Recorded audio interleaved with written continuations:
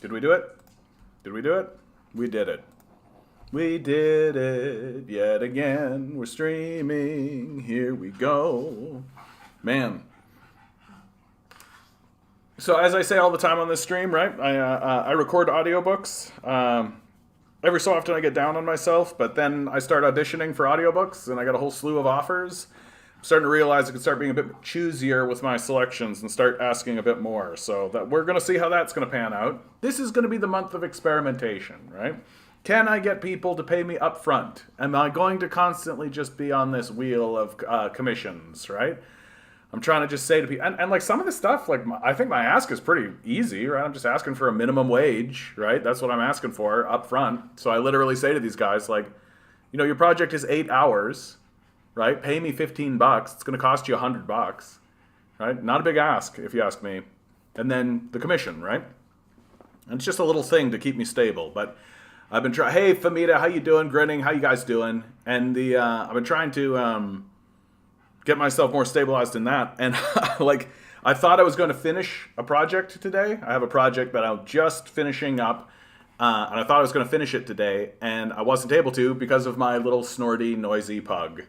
Boy, howdy, is he like, absolutely. Like, I'm sitting here doing my recording, and then he's just like, he'll do one of those. It's like, have I tried Fiverr? What's Fiverr? What's Fiverr? What's Fiverr?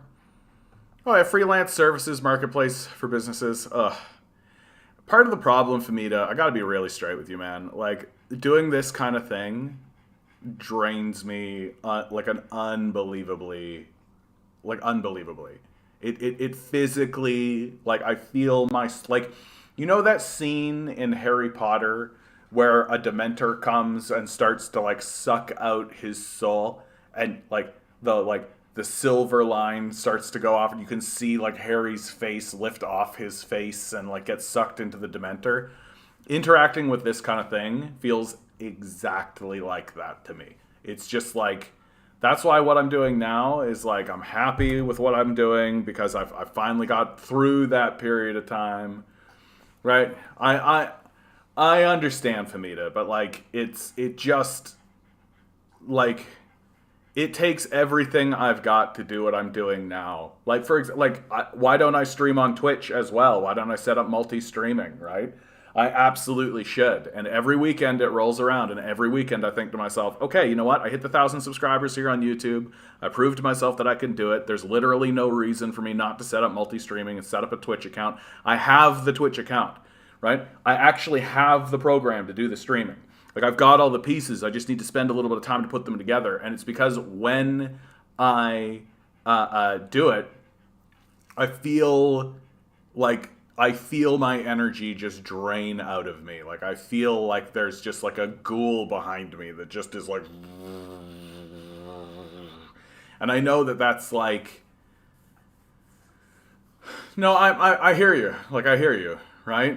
The gig economy and like all the budgeting and like all like I absolutely like I'm not unconvinced of any of that. I just like, literally there comes a point where I start to like if you want me to fall into huge depressions, if you want me to absolutely crash and burn in like a deeply spiritual sense, like, this is the path for that right here. Like, and I know it. Like, I know it.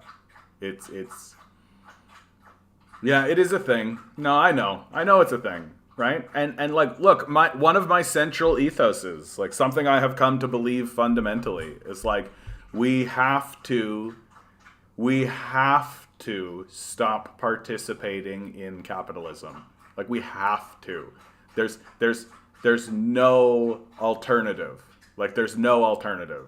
And this idea that like that I'm going to try to connect more into capitalist systems, like we're gonna burn this place down. Like, we're gonna burn this place down, right? And the idea that like part of the thing that I like about doing audiobooks is that I feel like yes, there's the capitalist aspect of it. Yes, I need to make money from it. It's the same thing with this YouTube channel, right? Yes, there's the capitalist aspect of it. Yes, there's all that.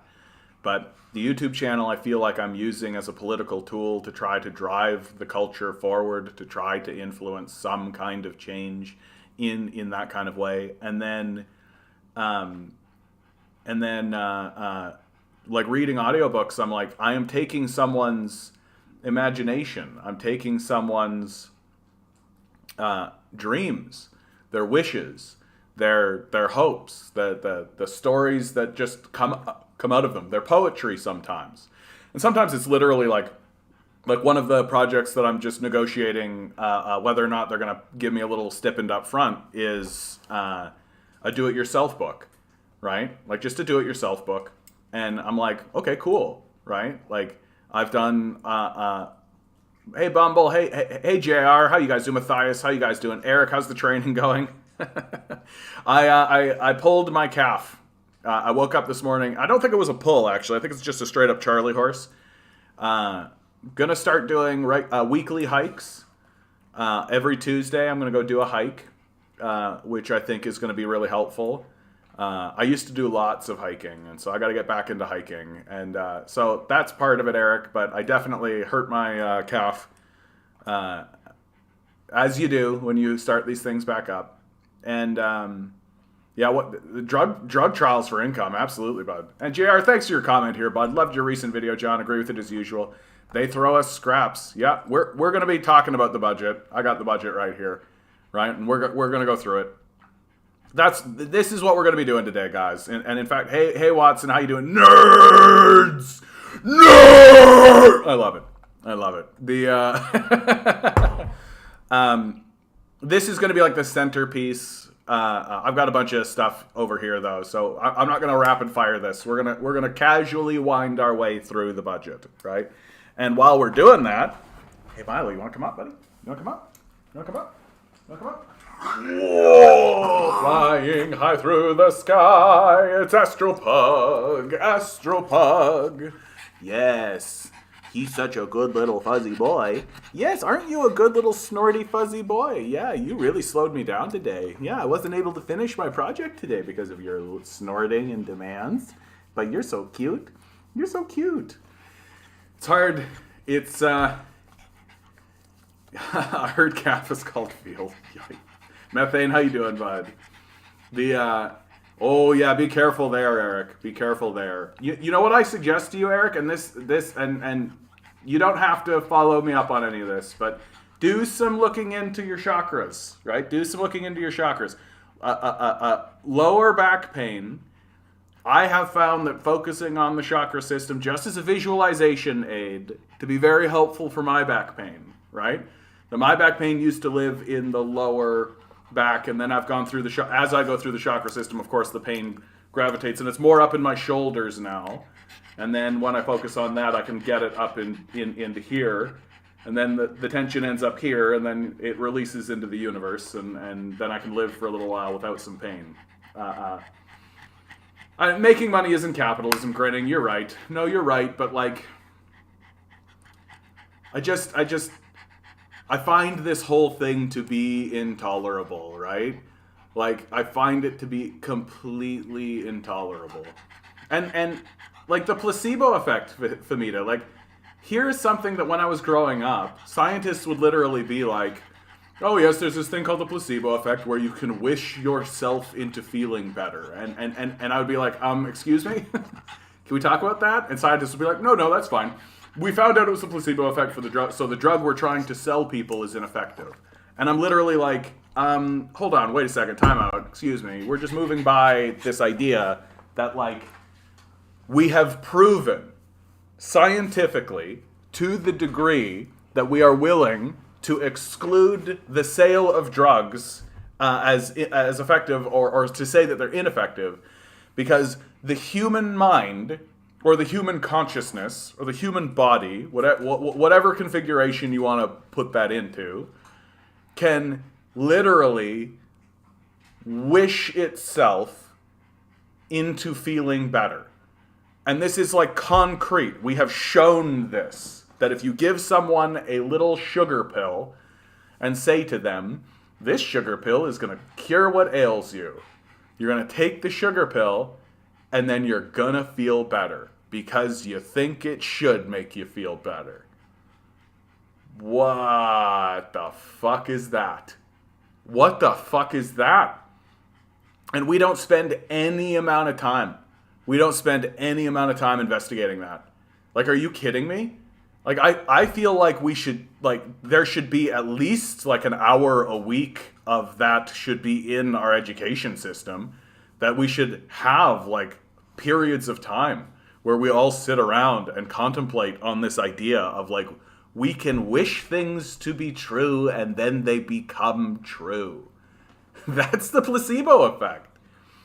Like, what the fuck? And that's, in a way, that's kind of what I'm hoping this channel becomes. That just, like, if enough people come together and we just wish for the world to be better, it will become better. Right? Darren Brown, a European magician, did an entire show on the placebo effect and how powerful it is. I've also seen some extremely, I will call it concerning, like deeply concerning stuff surrounding hypnotism as well. Like the placebo effect, but as well as hypnotism. Like these are aspects of humanity that I am deeply concerned that people are, like, we don't think about enough and isn't, like, how much of what we're, like, if I was a corporation, like, if I'm one of these evil psychopath corporations, like, oh yeah, we're just gonna fire, like, people are gonna have screens around them all the time. We're gonna have all these screens around us all the time. Yeah, how do I hypnotize people with these screens? How do I make it so people are just entranced and that they just, their patterns of thought are changed through, like, I absolutely, if I'm like Amazon, I'm gonna do this. Right? I take a look at those, like, remember the Amazon Zen booths? If you're not familiar with these, like, Amazon was heavily criticized because they put these booths on their floor that people could go have, like, stress breaks in. And what was in the booth? A computer screen. Like, it's extremely easy for me to believe that, like, someone would go into this booth and then the booth would, like, light up and there would be, like, a screen and they'd be like, you love working at Amazon. Amazon is the greatest thing in the world. Like, and you're just like, burr, burr, burr, burr, burr, burr, burr, burr. I love working at Amazon. Amazon is great. Like, are you kidding me? And Amazon wants that to be the case. It absolutely wants it. Like, I'd be shocked to find out any other thing. Like, I'd be shocked to find anything else out. Good evening, Professor John and fellow comrades. I cannot tell you how infuriated and frustrated I am with our government right now. What a sham of a budget, more grift and lip service for the rich. Yeah. Yep. Manifesting and placebo effect are two different things, though. No, that's true. But, like, I feel like they're in the same wheelhouse. Like, they're kind of in the same sort of thing. I know, DM, the Serb Facebook group is so upsetting right now. So many Canadians abandoned, dude, yeah. All hail Hypnotoad. I think my favorite part about the Hypnotoad thing in Futurama is that everybody knows what it's doing. Like, everybody's aware of what it is the Hypnotoad is doing. And it's in his name. His name is the Hypnotoad. And everybody is just, like, fine with it. It's like, yeah, it's Hypnotoad. What are you going to do? You know? If you watch the Hypnotoad, he's going to hypnotize you. What's his MO? To have you watch the Hypnotoad, obviously. Right? That's all. I can be heard through my stream, through your stream. Dude, let's stream when we stream, then we'll stream as we stream. Darren Brown also delved deep into hypnotism. Yeah, he showed you could hypnotize someone to kill another human being and even make look into a professional sharpshooter. Darren Brown was the fellow, if I'm not mistaken, that he had a guy, he hypnotized someone while they were playing a video game. That they were playing, like, one of these shooter video games, and he hypnotized them as they were standing at the video. You can Google this, like, you can YouTube it. And the guy goes into, like, a catatonic state. They move him into a warehouse where they do, like, a zombie apocalypse style thing to him, right? Like, and the guy's like, he's got a gun and he's shooting zombies, actors, right? And they do, like, a whole thing with him. And he's freaking out. And then Darren comes in and he, like, puts him back in the catatonic state. They put him back in the bar in front of the video game, right? And then they snap him awake. And the video game is, of course, showing him like game over or whatever, right? And the guy's reaction to it all was, "Wow, that was cool! What a cool video! You got to try this, right?" Like, that's fucking freaky as shit. Like, that's freaky as shit. And absolutely, like, some fucking psycho corporate guy and some some of these fucking psychos are for sure looking at that going, can I hypnotize people to buy useless garbage from me? Could I hypnotize someone to like buy snake oil? Could I hypnotize someone to buy like worthless trash? Like, For sure the advertisers are like into this kind of shit. Like, and I think that's fucking dangerous as shit. Like, to me, it's dangerous that we've ceded our airways to just random idiots. Right? Just random morons who are obviously trying to sell us shit. Yeah, most reservations don't have clean drinking water. Absolutely. $10 billion for sparkle pink colored fighter jets for Ukraine. Yeah, we're all drooling idiots. Pavlov and his damn dog. Never mind hypnosis, it's conditioning. Yeah, there's that too. Yeah, you can hypnotize people without them realizing it. It's called watching TV. Yeah. That's why it's important. Turn Fox off. Like, turn CNN off. Like, turn all these guys off. Like, just literally turn them off. The only time to pay attention to them is to see what the liars are saying. Yes, look into my eyes and you will subscribe. Yeah, that's how I'm building my model. Right? You guys don't know it, but I hypnotize all of you. And that's how it goes. I'm an idiot. I do not drool, however. I'm the opposite. I'm not an idiot, but I drool. A good opportunity, I guess, to say like, share, subscribe, right? Consider donating a little bit down here, right, to the stream, bibbity bobbity, all the stuff. Hit the Patreon. You get into the Discord if you donate $1. Discord's starting to pick up as the season is picking up. People are looking to protest. People are looking to do stuff. All that kind of excited stuff. Yeah, he also did a zombie apocalypse thing to get a person to overcome his fears. Oh my god. Just like horrifying. Horrifying. Speaking of horrifying, let's talk about the budget. A plan to grow our economy and make life more affordable. So a plan to grow our economy is literally like a plan to make Stonk's line go up. Like, this is all neoliberal think, right? That what these guys have done is they've all said, yes, neoliberalism doesn't work. Trickle-down economics doesn't work. Now let's continue doing it. Like, that's literally what they've done. And everybody's supposed to just go, oh, they said it doesn't work. They said it doesn't work. So that means that they agree with us that it doesn't work. And it means that now they're going to go along with it. And they're going to try to make things better. Nope. Like, what you see is neoliberalism, like, writ large, just full scale, and like an attempt to placate a gullible populace that doesn't understand how anything actually works, right? Talk about the placebo effect of that title, yeah. Grow as in tumescent? What are you saying to me here, bud? I mean, like, oh, I bet you this has to do with tumors. Yeah, tumors like to grow, right? Like, the whole point is make line go up, right? Make life more affordable. That total fucking bullshit. So let's get into the total fucking bullshit. Now, I want to point something out here.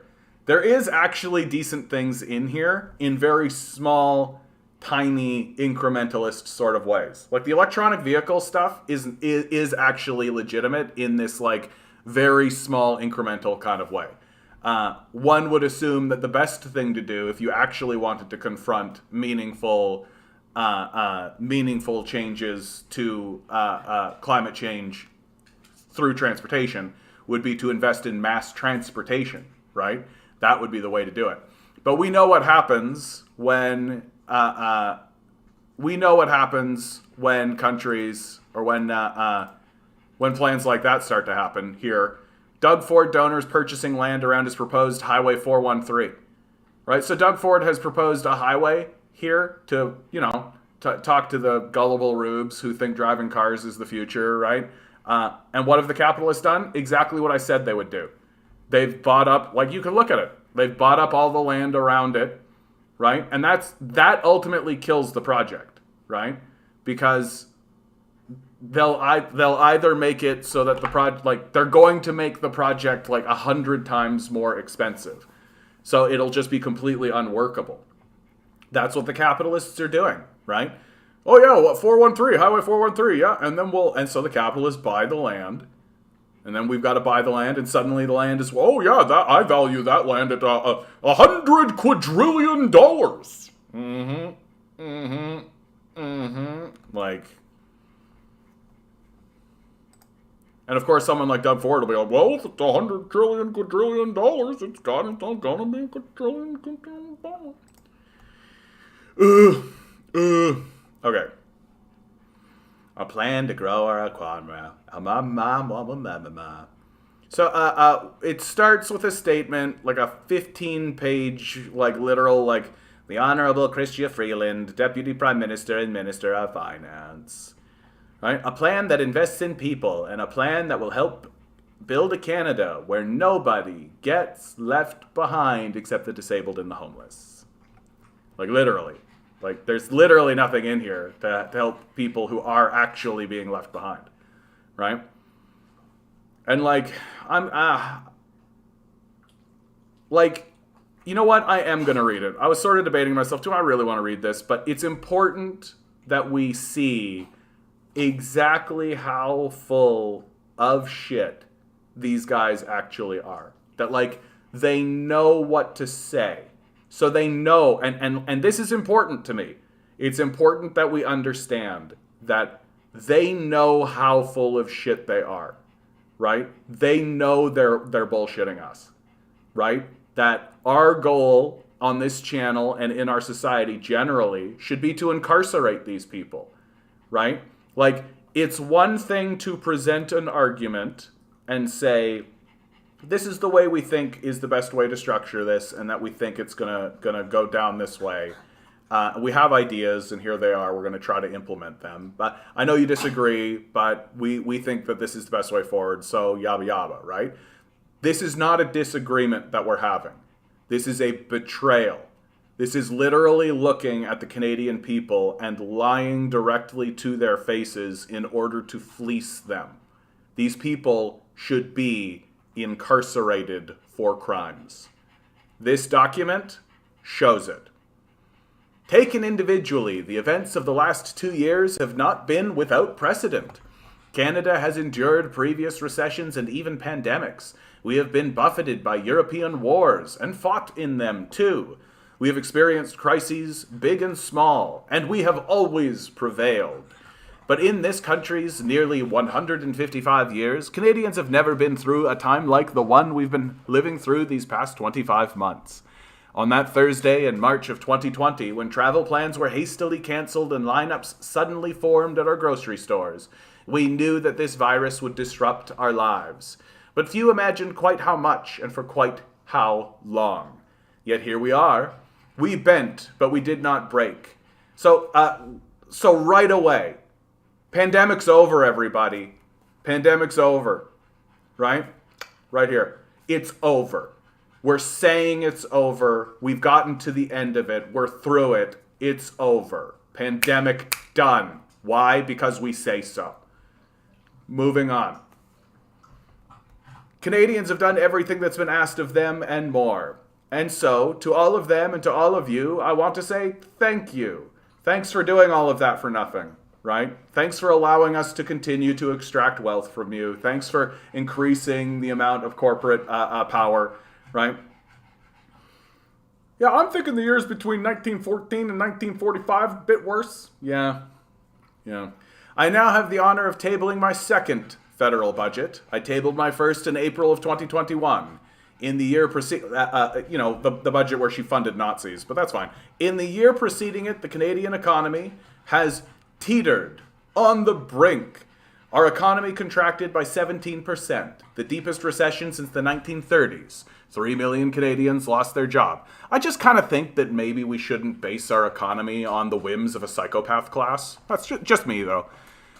It was a shattering economic blow. The Great Depression scarred this country for a generation or more. It was entirely reasonable to fear that the COVID recession would likewise hamstring us for years, that millions of Canadians would still today be without jobs, and that the task of rebuilding our country would be the work of decades. We knew we could not let that happen, and so we provided unprecedented emergency support to Canadian families and Canadian businesses. Our relentless focus was on jobs, maintaining the system of capital. Right? Jobs. Keep everyone working for the psychopath class. Like, that's the structure of the piece. There's owners and owned. And we got to make sure that the owned are busy. Right? You can't just create support systems. Right? You can't just make sure everyone has food and shelter as just a byproduct of the existence of the society. No, they have to be entrenched in a system of capital that is actively structured itself to destroy the planet. Keeping Canadians employed and on keeping their employers afloat. It was an audacious plan, and it worked. We saved capitalism, everybody. Yeah, we saved capitalism. Yay! Now everybody get the fucking work. Our economy has recovered 112% of the jobs that were lost during those awful first months, compared to just 90% in the United States. Our employment rate is down to just 5.5%, close to 5.4%, low in the 2019. That was Canada's best in 5 decades. So this is the grift, right? Like, it's obvious that this is a grift. You had a 40-hour-a-week job with benefits. That's gone. Oh, now you work 8 hours a week. So that's a job, right? And how do you get 112% of the jobs? Well, people work 3 jobs, right? Well, that means there's 3 more jobs, right? Look at that. Like, this is how they are counting this, right? That your full-time job with benefits is the same as working 8 hours a week, right? Just, that's how it is. Jobs are a bad deal. Start a business. I mean, at this point, it's literally like, yeah, at least we'll have clean teeth, right? We'll see about that. We'll see about that. Our real GDP is a full 1.2% above where it was before the pandemic. Oh, wow, guys. 1.2%. Right? Of a measure that shouldn't be used to measure the growth and power of the economy. Right? Let's use a measure that is irrelevant to tell people how good our economy is doing. Just think about that. After a devastating recession, after wave and lockdown after lockdown, our economy has not just recovered, it is booming. Today, Canada has come roaring back. Yeah, baby. Yeah, just stroke it, right? Like, you got to be a dipshit to believe this. But Canadians know that fighting COVID and the COVID recession came at a high price. Snarled supply chains are driving... Canada's come roaring back, except for all these problems that I'm about to talk about that are serious and that we have completely ignored. Like, completely ignored. And we're going to go through this document and just be like, here's how they're ignoring it, right? Snarled supply chains are driving prices higher at the checkout counter. Buying a house is out of reach for far too many Canadians, right? This is the way liberals work. Oh, there's a problem. We acknowledge the problem. Now let's ignore it. That's liberalism. Inflation, a global phenomenon, is making things more expensive in Canada too. And I love this, right? This is so good. Inflation, a global phenomenon, right? They're working very hard to show you and to convince you that, well, this inflation thing is happening everywhere all at once. No, it's not, right? As long as you think that the globe is the capitalist system, right? If you think that the globe is the international monetary system, right? So that's Europe, Australia, North America. If that to you is the globe, which incidentally, when they report on this kind of stuff, that's exactly what they say. They'll say things like, oh, the international community, there's a consensus in the international community, right? Europe, North America, Australia. So China, Russia, India, Africa, South America, they don't count. They're just not part of the conversation as far as these people are concerned. And why is inflation a global phenomenon? Because capitalism is failing. The global capitalist system is coming apart. So, of course it's happening everywhere because the whole system has failed, right? And it's going to get worse, especially as these fucking cucks do nothing about it.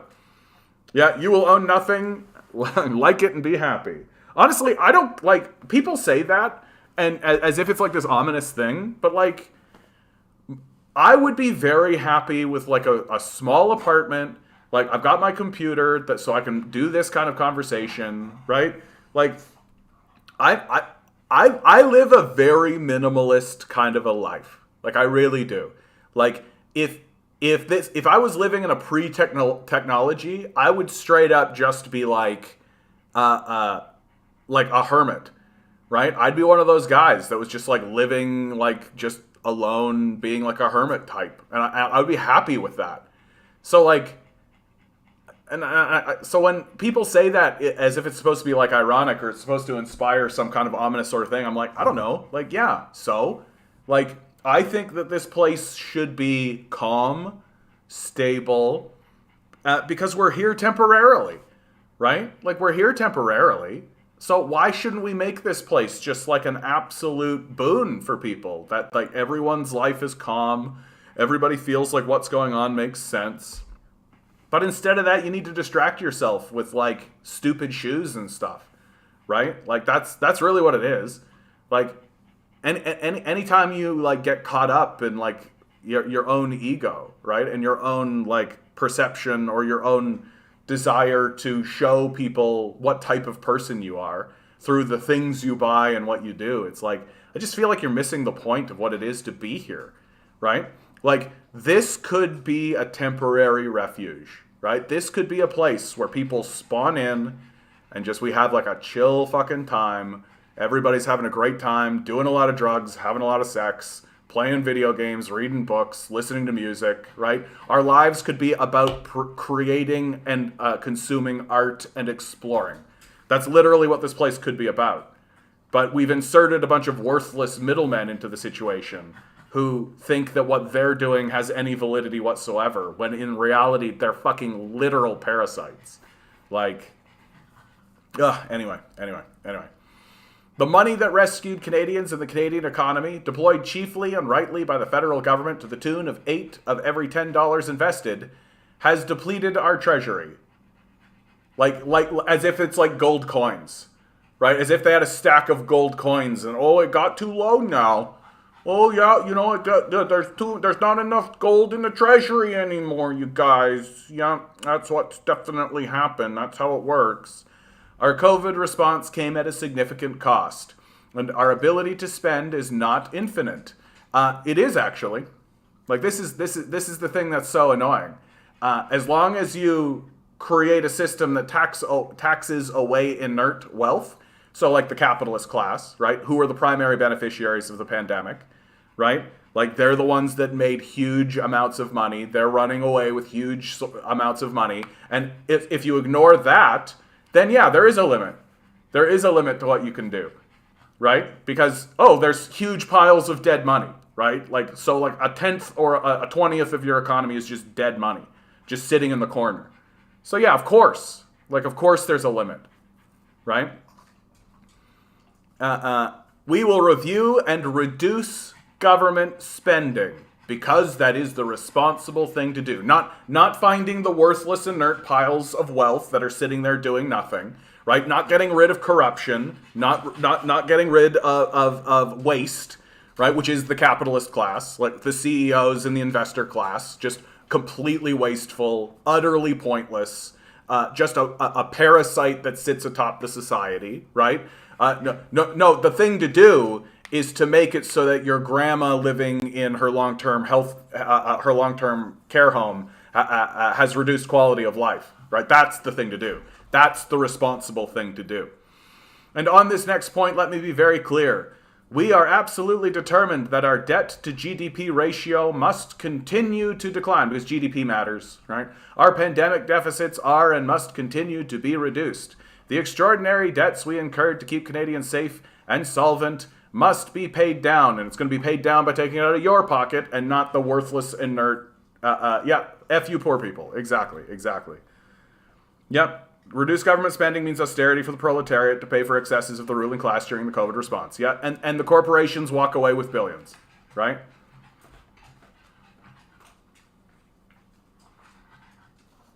This is our fiscal anchor, a line we shall not cross, that we will ensure our finances remain sustainable as long as it remains unbreached. Canada has a proud tradition of fiscal responsibility. It is my duty to maintain it, and I will. Like, she might as well be saying, like, don't worry, capitalists. You're cool, right? Your system, your parasitical system of death is entrenched, and I'm here to defend it. So now it is the time for us to focus, with smart investments and a clarity of purpose, on growing our economy, right? Like, so the death cult wants to grow. This is what our government proposes to do, and this is how we propose to do it. Pillar 1 of our plan is investing in the backbone of a strong and growing country. Our people. I mean, this is why they're opening up the temporary foreign workers program, right? They're going to increase the amount of slaves that come into the society, right? Like, literally, like, getting more foreign slaves into the society, right? That's what they're talking about. That's the kind of... because that's actually true, right? The backbone of a strong and growing country and a strong and growing economy is people, right? This is what I'm talking about when I say, like, they know they're grifting, right? It's important to support people. Don't pay attention to the wealth of the billionaire class. Don't pay attention to the worthlessness of the investor class. Don't pay any attention to that. It is about people, which is why we're going to play this little shell game with you, right? Housing is a basic human need, but it is also an economic imperative. Our economy is built by people, and people need homes in which to live. But Canada does not have enough homes. We need more of them, fast. So literally, she's doing the thing that she always does, right? Housing is a basic human need, but money, these are equivalent. You should take the idea that these are equivalent seriously, right? She does this with climate change too. Breathable air, clean water, a livable environment, but money. But money, right? This person used to be our finance minister, right? That's how degenerate our society is. This budget represents perhaps the most ambitious plan that Canada has ever had to solve that fundamental problem. If you believe that line, you're the stupidest person alive. Like, straight up. Like, stop making decisions. Stop talking. Stop offering your opinion. Stop. Canada has literally had crown corporations and government initiatives in order to build housing and provide it for free in the populace throughout its history. The idea that this plan that we're going to go through, and you're going to see how fucking bullshit it is at all ambitious or interesting at all, you got to be like, nail in your head. You don't know anything. Stop offering your opinion, stupid. To actually say that out loud. Over the next 10 years, we will double the number of new homes we build for the investor class to purchase, right? This must become a great national effort and will demand a new spirit of collaboration, provinces and territories, cities and towns, the private sector and nonprofits all working together with us to build the homes that Canadians need. So provinces and territories are the same as the private sector. Right? She's elevated this worthless class of parasites to the same level as literal provinces and territories. Which is, of course, the goal, right? The goal is to completely sell everybody out to the death cult. Like, that's the whole point. This idea... So what the goal is here, right, is to extract wealth from the populace, have the populace pay for these houses to be built, and then sell those houses to the billionaire class, right? So the billionaire class basically gets houses built for them for free so that they can turn around and purchase those houses, right? And of course, who are they purchasing those houses from? Oh, the companies that own the houses that we built for them, right? We're not going to build the houses and it's going to go into a crown corporation and then the billionaires will buy it from a crown corporation, right? The building contract will go to a private investor, and then the private investor will own that housing, and if that private investor chooses to sell it, they're going to sell it to a billionaire. That's the grift. It's an extraction project. And incidentally, we have all the homes we need, right? They're just owned by these worthless parasites who are sitting on them, right? Like, Canada's not growing. Like we're not. We're actually going into a period of population decline. So this idea that we don't have enough housing, like, you got to be thick. Like, you got to be, like, really, really nail in your head thick. Please stop offering your opinion. Like, stop. We got to get to a place where we understand that reality exists. We will invest in building more homes and in bringing down the barriers that keep them from being built so that the billionaire class can buy them. We will invest in the rental housing so that so many count on, right? Just entrenching this worthless parasitical landlord class. We will make it easier for our young people to get those first keys of their own. Total bullshit. Like, this is just a straight lie. And we will do everything we can to make the market fairer for Canadians. More bullshit. We will prevent foreign buyers from parking their money in Canada by buying up homes. Shut up. Like, this is straight up, like, jingoistic nationalism. Like, straight up. Like, I'm calling it. Like, literally, this is a turn to the, like, worst elements in the society, right? But not only the death cult, but, like, the nationalist death cultists, who are literally saying, the problem is the Chinese. The problem is the Chinese buying up the market, right? When we have plenty of domestic oligarchs who are doing exactly this same grift. And even if you implement this kind of stuff, you have no enforcement, right? You have no fucking enforcement system, right? So the Chinese oligarch creates a shell corporation that exists domestically in Canada. It's like the domestic wing of, like, China Co. or whatever you want it to be, right? They funnel their money into that, and then their domestic buyer buys it up. So it's literally a wank to convince gullible morons that something is being done for it. And it really is being done, in my view, it's really being done so the absolute, like, Nazi-level nationalists, which is turning out to be, like, a huge portion of the society, will be like, ha, got 'em, right? That's what it's for. Vote Liberal. We fund Nazis. We will make sure that houses are being used as homes, ready rather than as commodities to be traded. Like, I look forward to seeing the legislation that doesn't exist in this document. So it's just a fucking lie. Again, they are admitting to your face that they are lying, right? Like, they might as well just be like I would prefer a document that was just like, get fucked, Canada. Like, shut up. Like, you work harder. You're worthless. These are your owners. Get fucked. I would respect a document like that. Right? I would respect it if a government actually was trying to rule it that way. Oh, here we go. But on housing, I would like to offer one caution. There is no silver bullet which we immediately, once and forever, make every Canadian a homeowner in the neighborhood where they want to live. You know what? You know what's funny about this? Is that this is one of these beautiful moments where there is actually a silver bullet. Like, there is actually a silver bullet solution. Open a wicket at a Service Canada. Service Canada's all over Canada. People come in, fill out a document, say, I don't have a home, right? Hey, I don't have a home. Oh, okay. You take one of the houses from the guy that owns 30,000 houses, and you transfer it to the person that doesn't have a home. And when the person who has 30,000 houses goes, hey, I don't like that, you say, fuck you, and move on. Won't that collapse the market, John? Correct. That's the goal. That's the point. Well, then I'll just leave. Bye. That's the definition of a silver bullet. Problem solved. Everyone gets a home. Right? And how did you do it? By giving people homes. Right? No free market bullshit. No nothing. You literally are just like, oh, you don't have a home? You give them the home. And if he doesn't, you take him and put him in a jail cell. We're done. And of course, they're trying to caution people, right? Because the goal is to grift, right? The goal is to grift. It's to just kick the can down, like, lead people along as far as you can, right? Don't revolt. Don't revolt. Don't revolt. We care. We really care. We do. Pretty bird, we care. We care. Yeah, pretty bird, please let me keep my job doing this worthless activity, right?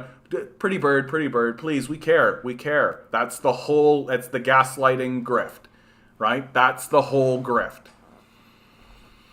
As Canada grows and a growing Canada becomes more and more prosperous, we will need to continue to invest year after year in building more homes for a growing country for billionaires to purchase. Like, a growing country and a growing economy also demand a growing workforce. A lack of workers and of workers with the right skills is constraining the industrialized economies around the world. Like, literally, we refuse to pay you a living wage. We refuse to train people. We refuse to do any of this kind of stuff. And so the solution is slavery, which is the Temporary Foreign Workers Program. But there is good news. In 2020, Canada has had the fastest population growth in the G7. This is like saying the fastest corpse in the graveyard, right? We're the fastest corpse in the graveyard. At a time when the world is starved for workers and talent, the world, of course, being the Western world, because we've actively hamstrung them.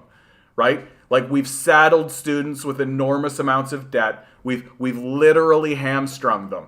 We've cut the ability for them to actually contribute and grow and do anything meaningful in the society right from the outset. Right from the beginning of their lives, we have said to them, your job is as this worthless cog in a machine that is destroying itself. Right? That's from the beginning we've done that. And now we're standing around and being like, there's no workers that want to do the moment, and I can't find anybody with the right skill. Like, what do you think? Right? You've destroyed them. The budget will make it easier for the skilled immigrants that our economy needs to make Canada their home. Slavery. It will also invest in the determined and talented workers who are already here, determined to sell themselves to the death cult, right? This will make it more affordable for our workers to move where the jobs are, right? So displacement, right? Just make things very difficult for everybody, constantly destabilize people, right? Make it easier to destabilize the population. That's what that is. We will make it more affordable for our workers to move to where the jobs are. Programs like the Canada's Workers Benefit will make it more worthwhile for people to work. We will invest in the skills that Canadian workers will need to fill the good-paying jobs of today and tomorrow, and we will break down the barriers to ensure that everyone is able to roll up their sleeves and get to work if they want to. And yes, one of those barriers is affordable childcare. Finally, the promise that they've been making for like 100 years, right? And what are they doing? Oh yeah, here's $10, right? That cuts it, right? Like, that covers it, right? $10, we did it. When we promised less than a year ago, to make high quality, affordable childcare a reality for all Canadians, our plan was certainly welcomed, but the cheers were muted by justifiable skepticism. After all, similar promises had been made and broken for decades of them. 5 of them, in fact. Little exclamation mark at the end. She might as well have put like a little cutesy, like her kicking her heel up, right? Like, like, Chrystia Freeland is a despicable human being. Like, I don't think she has the awareness. Like, I literally don't think she is aware of how despicable she is. Right? She thinks that she's a good guy. Like, that's how absolutely disgraceful I think she is. That she thinks she's a good guy when she's like one of the darkest figures perhaps in Canadian history. Like, absolutely brutal. Her solutions are slavery, deception, outright lying to the Canadian people about what's going on, right? And there just comes a point where you got to say, like, she knows. Like, how could you not? Like, how could you not? That's why, as I stand here today, I am so proud to say, we have delivered. We have signed agreements on early learning and childcare with every single province and territory.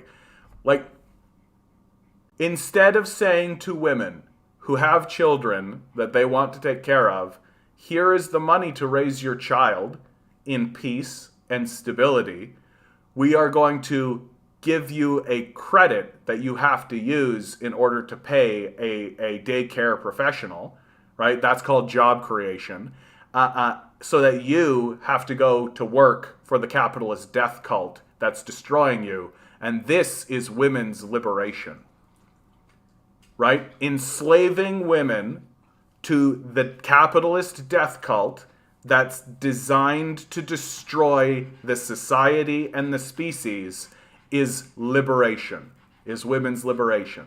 This is the position of the Liberal Party. Like, What do you need? It will mean more women no longer need to choose between motherhood and a career. Right. They'll get to choose their career. Right? Like, that's the point. Like, women don't need to choose between motherhood and a career, right? That we're going to ensure that they have to choose the career. And it will make life more affordable for middle-class Canadian families. There's no such thing as a middle-class Canadian family. Like, this idea of a middle-class, like, who are these people? What are you talking about? Like, there's no such thing as a middle-class family anymore. It doesn't exist. Fees are already being slashed across the country. By the end of this year, they will be reduced by an average of 50%. And by 2025-26, childcare will average just $10 a day from coast to coast. This is economic policy in action. Certainly don't stay at home and raise your own children, right? We're not going to actually facilitate any of that.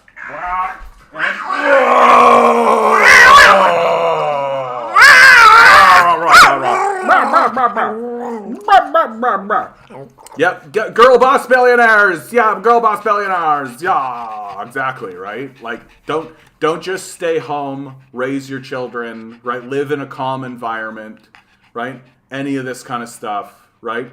No, you got to take your kids and you got to dump them into a daycare, right? So that one person takes a look at, like, you know, has like 30 kids, right? Make sure they just don't fall into a hole or something. And so you can go off and work at like Denny's or whatever, right? This is feminist economic policy in action. If this is feminist economic policy in action, feminism is a failure in Canada. Straight up. Like, you are not allowing mothers to be mothers. You are not saying to mothers, be a mother. Take care of your child. Raise your children. You're not saying any of that, right? You're saying, oh good, you have a baby. Well, here's how you get them away from you as fast as possible. Here's how you deposit them somewhere else, right? So that you can go off and work at Denny's. Housing and immigration and skills and childcare. These are social policies, to be sure, but just as importantly, they are economic policies too. You are a commodity.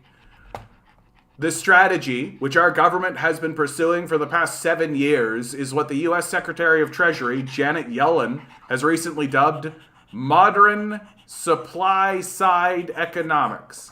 And because these policies will create supply-led growth that helps satisfy the demand driving inflation, they are precisely what Canada needs right now. So, they're admitting outright that these are failed policies that do not work, right? Like, this strategy, which our government has been pursuing for the last 7 years, is what the U.S. Secretary of the Treasury, Janet Yellen, has recently dubbed modern supply-side economics. That's trickle-down economics. And because these policies will create supply-led growth that helps satisfy the demand driving inflation, which is not how inflation works, they are precisely what Canada needs right now. So they're admitting to your face, directly in front of you, what we are doing is a failure. It will not work. It isn't economics. This is a religious ideology that we are pumping in front of your face to try to convince you that what we are doing is legitimate when there is zero legitimacy to this whatsoever. Oh, Canada. Our second pillar for growing our economy is the green transition. In Canada and around the world, climate action is no longer a matter of political debate or personal conviction. It is an existential challenge. That means it is also an economic necessity. Like, isn't it interesting how instead of reaching for, like, human rights or giving a shit about human people, like, she's constantly, like, we gotta, the wealth of billionaires, guys. That's what really matters. In the largest economic transformation since the Industrial Revolution, the world economy is painting things green. Canada can be the vanguard, or we can be left behind. We've already been left behind. right? We've already been left behind. Like, there's a reason why the EU is spitting at us. There's a reason why they're telling us to get the fuck out. Like, when Trudeau went to the EU, they told him that they want him to leave. And then they all walked out, right? Like, and that's what we deserve, right? We're a barbaric, backwards culture. And straight up, Chrystia Freeland is admitting it. Like, literally, she is saying that what they are doing is a failure. She's admitting it. Like, this is I'm so happy that I actually read this out loud because I had actually missed this admission. She's admitting to you that their policy is a failure, right? She's saying for 7 years we've been failing. We've been pursuing a failed ideology that doesn't work. She's admitting it. Like, literally, the president of the United States, Joe Biden, said that trickle-down economics doesn't work. Trickle-down economics doesn't work, and here she is admitting that their plan is trickle-down economics. The Liberal Party is a farce. A complete and total fraud. If you go into a ballot box and put Liberal in the ballot box, you've got to stop voting. Like, you've got to stop participating in this. Like, stop offering your opinion. Stop talking. Mirko, how you doing? I haven't seen you here before. Hope you're here to contribute. We're going through the budget. The Canadian government just released its newest budget, and it is a farce. It is a fraud and a farce, and they admit it. It's amazing, actually. It's amazing that they've just openly admitted to the failure of their system. Astounding. That is, of course, no choice at all, which is why the government is pretending to urgently invest in this shift, right? Our plan is driven by our national price on pollution, which is a tax on you. The polluters don't actually pay that tax. The smartest, most effective incentive for climate action, right? Like, I love the pat on the back. That's my favorite, right? I'm from Slovakia, actually. It's 1 a.m. Have nothing to do. Well, welcome, Mirko. Glad to have you, bud. Glad to have you. Hold on. You guys know me. Slovakia. Okay.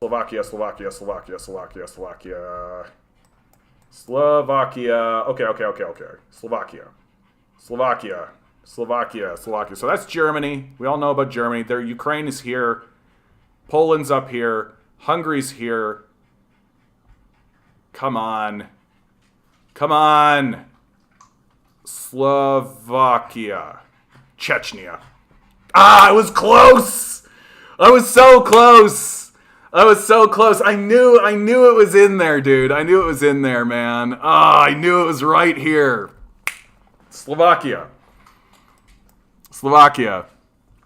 Bratislava, Slovakia. Fantastic, man. You share a border with Ukraine. Nice. Have you guys been experiencing anything fucked up because of that? Like, have you had any, like, are the refugees coming in? Is there any kind, like, what are your politicians talking about, right? In regards to this, or generally, I don't know. Tell me something about Slovakia, bud. It's in Africa. How dare you, Barnabas? How dare you, sir? Slovakia. All right. Yeah, right near the action. Yeah, a lot of them. I suspect so, Mirko. I suspect so, man. Like, it's quite a conflagration that's going on there, dude. Oh, what an incredible situation that's happening in Ukraine right now. Oh my goodness. I mean, okay, yeah. Tell whatever story you would like about your people, my friend. Welcome aboard. Okay, let's get back to this. I love it when new people come to chat, man. You learn something about the world. You learn something new about what's going on, right? Slovakia, one of the Eastern Bloc countries, right? Absolutely lovely. Bratislava. Is that right? No. Bratislava, right? I'm woefully, like, I do okay in here. I think most Westerners are like this, right? I do okay in here.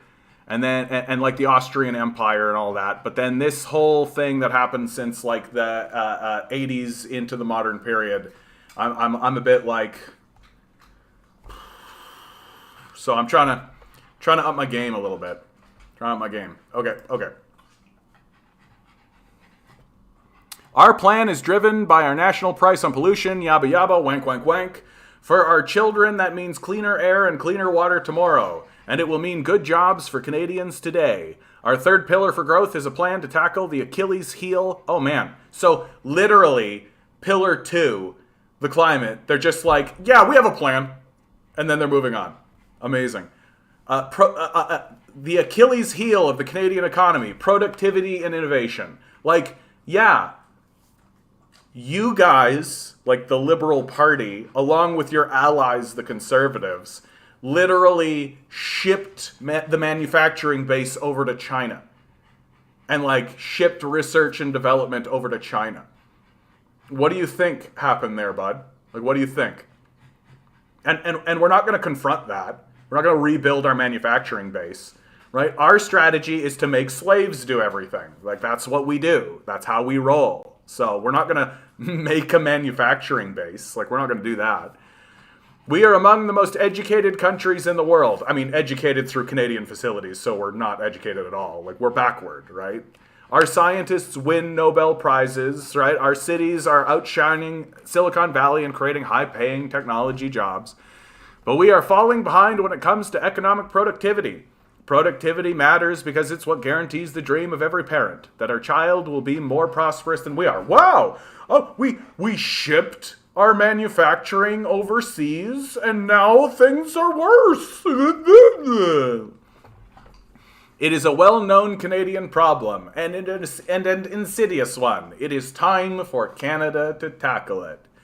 We propose to do so, in part, with new innovation and investment agency, drawing on international best practices from around the world that will give companies across the country and across our economy the tools and incentives they need to create, invent, She might as well have just omitted this. It's like total bullshit. We will encourage small Canadian companies to get bigger, right? Like, it's all about just get as big as possible, take everything over, monopolize, right? Like, that's the ethos, is just monopolize, right? Like, yeah, let's do as DM. Trudeau slips on plastics question. Well, it was 2 years ago.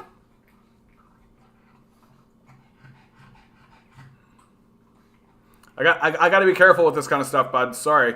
Like, if it's not in the Creative Commons. Mes amis, je veux que mes enfants puissent devons absolument. Yeah, of course, the French one is in.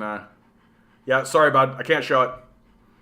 Is that like a new Canadian government policies you're reading? This is the new budget released just today by our Liberal Party, right? So the Canadian Liberal Party has released their budget. This is the opening letter from the Deputy Prime Minister, Chrystia Freeland, who is just absolutely like a dark and sinister figure.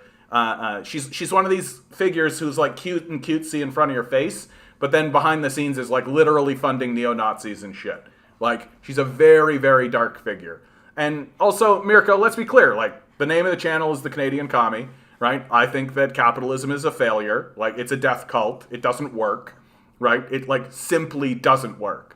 And so all of these statements that she's making are just indicative. I mean, for God's sakes, up here she's literally saying that their plan is supply-side economics, trickle-down economics. They admit it. This strategy, which our government has been pursuing for the past 7 years, is what the U.S. Secretary of Treasury, Janet Yellen, has recently dubbed modern supply-side economics. Like, it's a total failure. It's a total failure. Well, then you're welcome here, Mirko, bud. Let's go, Brandon. I love that phrase, dude. It's my favorite. But we will encourage small Canadian companies to get bigger, right? Monopolize. You can't just be a company and exist in the world, right? Like, you can't just be a person who has like a small labor force, right? You can't just provide a service to a small group of people, right? No, you either have to be Amazon or you're dead, right? Or you get bought out by Amazon. That's the way it works. We will help Canadians and Canadian companies develop new IP and turn their new ideas into new businesses and new jobs. Like the classic capitalist statement, right? There's always a new frontier, right? It's where NFTs are coming from. It's where cryptocurrencies are coming from. It's this absolute worthless endeavor to find new frontiers. Capitalism can't, like literally cannot build sustainable models. It can't actually build something that actually exists sustainably. It's all about ripping up new territory and eating new stuff and taking new stuff. Fortunately, Amazon haven't got here in Eastern Europe, so we don't have a problem with that. Yeah, good to hear. But oligarchs are, but they're being dealt with after the new government was elected. I mean, every country, especially after this neoliberal period, is going to deal pretty heavily with oligarchs. Here in Canada, we're not dealing with them at all. We're capitulating completely to them. That's what these liberals are doing. What is it called when government is business with corporations? Isn't that fascism? Yeah. Yeah, just in the dictionary, I guess, right? These three pillars, investing in people, which I don't understand how any of that can be considered an investment in people. Investing in the green transition, which again, like if you paint something green and call it a green transition, I guess. And investing in innovation and productivity will create jobs and prosperity today and build a stronger economic future for our children. But as they've already admitted, their strategy is a failure, right? Like you can't admit that you're using a failed strategy and expect it to succeed, right? Like Einstein said, the definition of insanity is trying the same thing and expecting a different result. Well, here are these guys saying outright in front of your face, we're going to do supply side economics more, right? They admitted it as clear as day. What do you expect? What do you think's going to happen? From the first day we started working on this budget, this failed budget, this growth agenda was always going to be our focus. Oh yeah, here we go. Let's go. Then Vladimir Putin invaded Ukraine. Just as a reminder, right? Chrystia Freeland's grandfather was a Nazi collaborator. He ran a newspaper for Nazi Germany, right? His boss was Goebbels, right? That's Chrystia Freeland's grandfather, who she has said she is proud of. She has said she wants to honor, right? These sorts of things. She has posed with Stepan Bandera neo-Nazi paraphernalia. We have photographs of her, right? Posing in groups, doing this kind of stuff. She was the Minister of Finance when we funded neo-Nazis in Ukraine. Like, she has direct links to money given to the Azov Battalion and neo-Nazis in Ukraine. Like, don't know what to tell you here, right? The world we woke up to on February 24th was different from the one we had existed when we turned off the lights the night before. When Putin opened fire on the people of Ukraine, he also turned his guns on the unprecedented period of prosperity that the world's democracies have worked so diligently to build for more than 76 years. Like, literally, she just went through a whole litany of how our economy is fucked up and how we need to get back on track. And now she's jerking us off with this, like, unprecedented period of prosperity bullshit.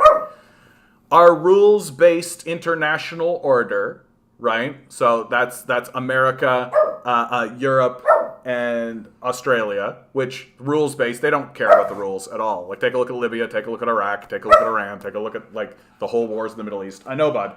I know, dude. I know. I'm with you, man. I'm with you. Milo really, really hates Chrystia Freeland, dude. He really, really can't stand this shit. Especially the hypocritical nonsense surrounding, like, the warring, like the Canadian war machine, right? It's pretty impossible to get America to believe that happened. It's frustrating.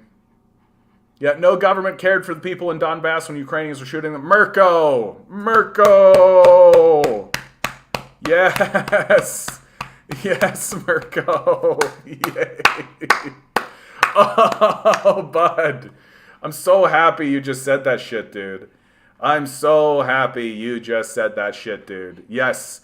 It is impossible to get Americans to believe that happened. It's frustrating. Like, you can show them the French documentary, the German documentary, the Oliver Stone documentary, the shit that's on YouTube, the Russian documentary, which, no, you can't show that because it's RT, right? But they refuse to acknowledge the Donbass war. Like, American propaganda has omitted the Donbass war from the conversation. And so for you to say that while you're in Slovakia, it's pretty well known here, that's why we take everything with a grain of salt. Thank you, Jesus. Thank you, Jesus. Like, yeah, grains of salt are in short supply here in the U.S., bud. Oh, you're a little gift, Mirko. You're a gift to me today, for real. Like, you coming in here and saying that, what a beautiful gift. Oh, I actually feel like, yes, it was a breath of fresh air, wasn't it? It's just like, I just feel like a weight just lifted off of my chest. Just like, oh, a random guy from Slovakia came into my chat and said that, yeah, the Donbass war, so we don't really believe these guys. Oh, yes. Yeah, CBC News, Rosie says the Donbass war never existed. Yeah, what fucking bullshit.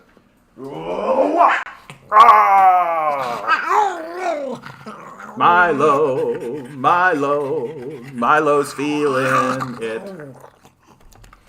Our rules-based international order, born from the ashes of the Second World War, today confronts the greatest threat since its inception.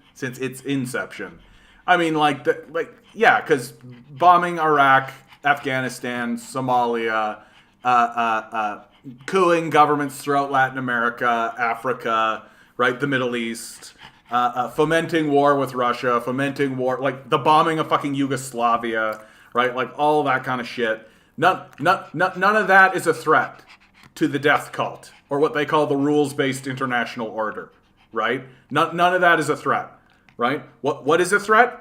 When Putin does it, right? Putin moved into Ukraine, like literally the country on his border. That's way worse than anything we've ever done. Literally the only country who has ever nuclear bombed civilian targets doesn't have the right to have an opinion on the subject. And so our response was swift and strong. We swiftly wrote a letter. Canada and our allies imposed the toughest sanctions ever inflicted on a major economy, which Russia has become an economic pariah. Oh my God, it's cringy and it's embarrassing. Like, imagine reading this and actually believing it. Like, yes, Russia has become an economic pariah to the West, but like all that's done is chased Russia into the hands of the Russians. All that's done is chased Russia into the hands of the Russians. Amazing. Yeah, it sounds kind of fascist-y. It does have that ring about it, dude. All it's done... Yeah, exactly, bud. Mirko's nailing it, dude. Mirko's nailing it.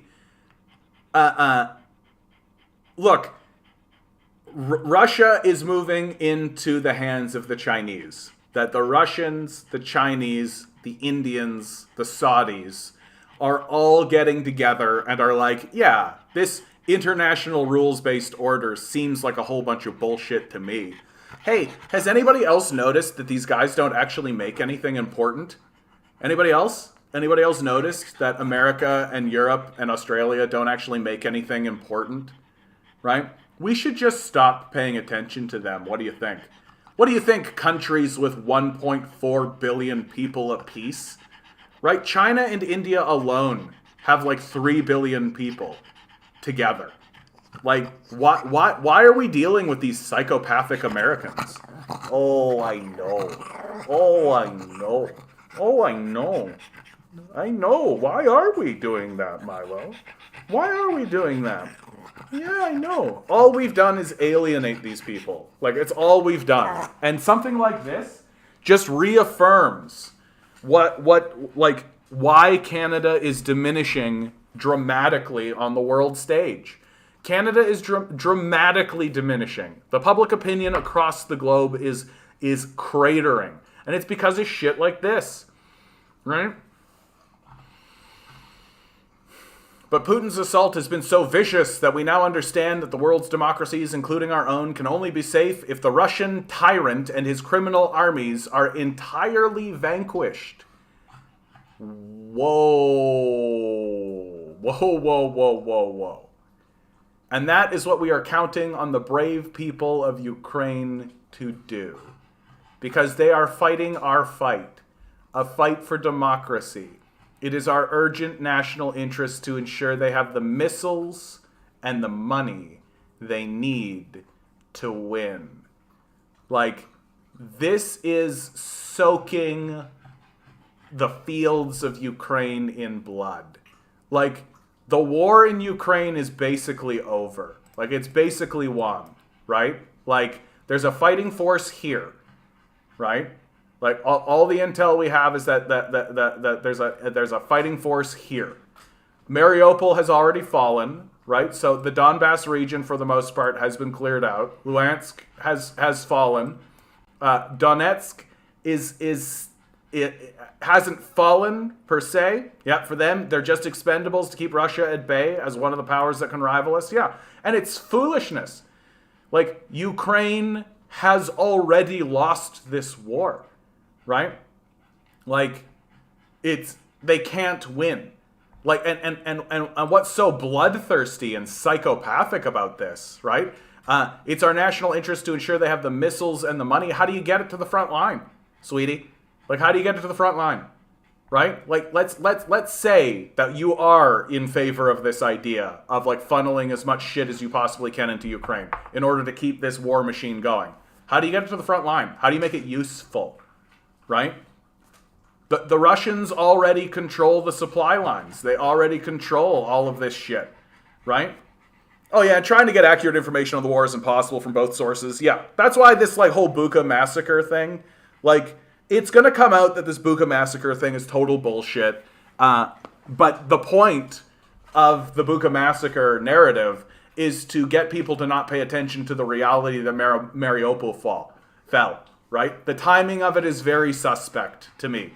That, like, Mariupol fell. We've got footage of Ukrainian troops going out of Mariupol, like, in huge lines, like enormous lines. We've got confessions. We've got the citizens of Mariupol themselves celebrating it. There's a reason why the Russians leave Kiev. There's a reason why because they know that this is the last fight. This is it. This is where the fighting is, right? And so they don't need troops near Kiev anymore because the fighting's not happening there. So they're transferring people over to where the fighting actually is, right? And but you can't talk about the fall of Mariupol, so you got to talk about something else. Bucha massacre. Here's an image that is from a time. Like, now they're trying to pass the line that, like, oh, we intercepted conversation between Russian troops that indict the Russians from the thing. And literally you're going to find out that it's like they're talking about a video game, right? That, like, literally the conversation is like, yeah, first you interrogate them and then you kill them. That's the line that they're using. And it's like, yeah, they're probably talking about, like, Hitman, right? Just like a fucking... Famita, I actually think the image is not fake. I think the image is real. I just think the timing is fake. You know what I mean? Please excuse the watermark in the background. Like that image could have come from a month ago, right? Like, we have no way of knowing when that image was taken. So, like, there's dead bodies in the streets. Okay? Like, when was that image taken?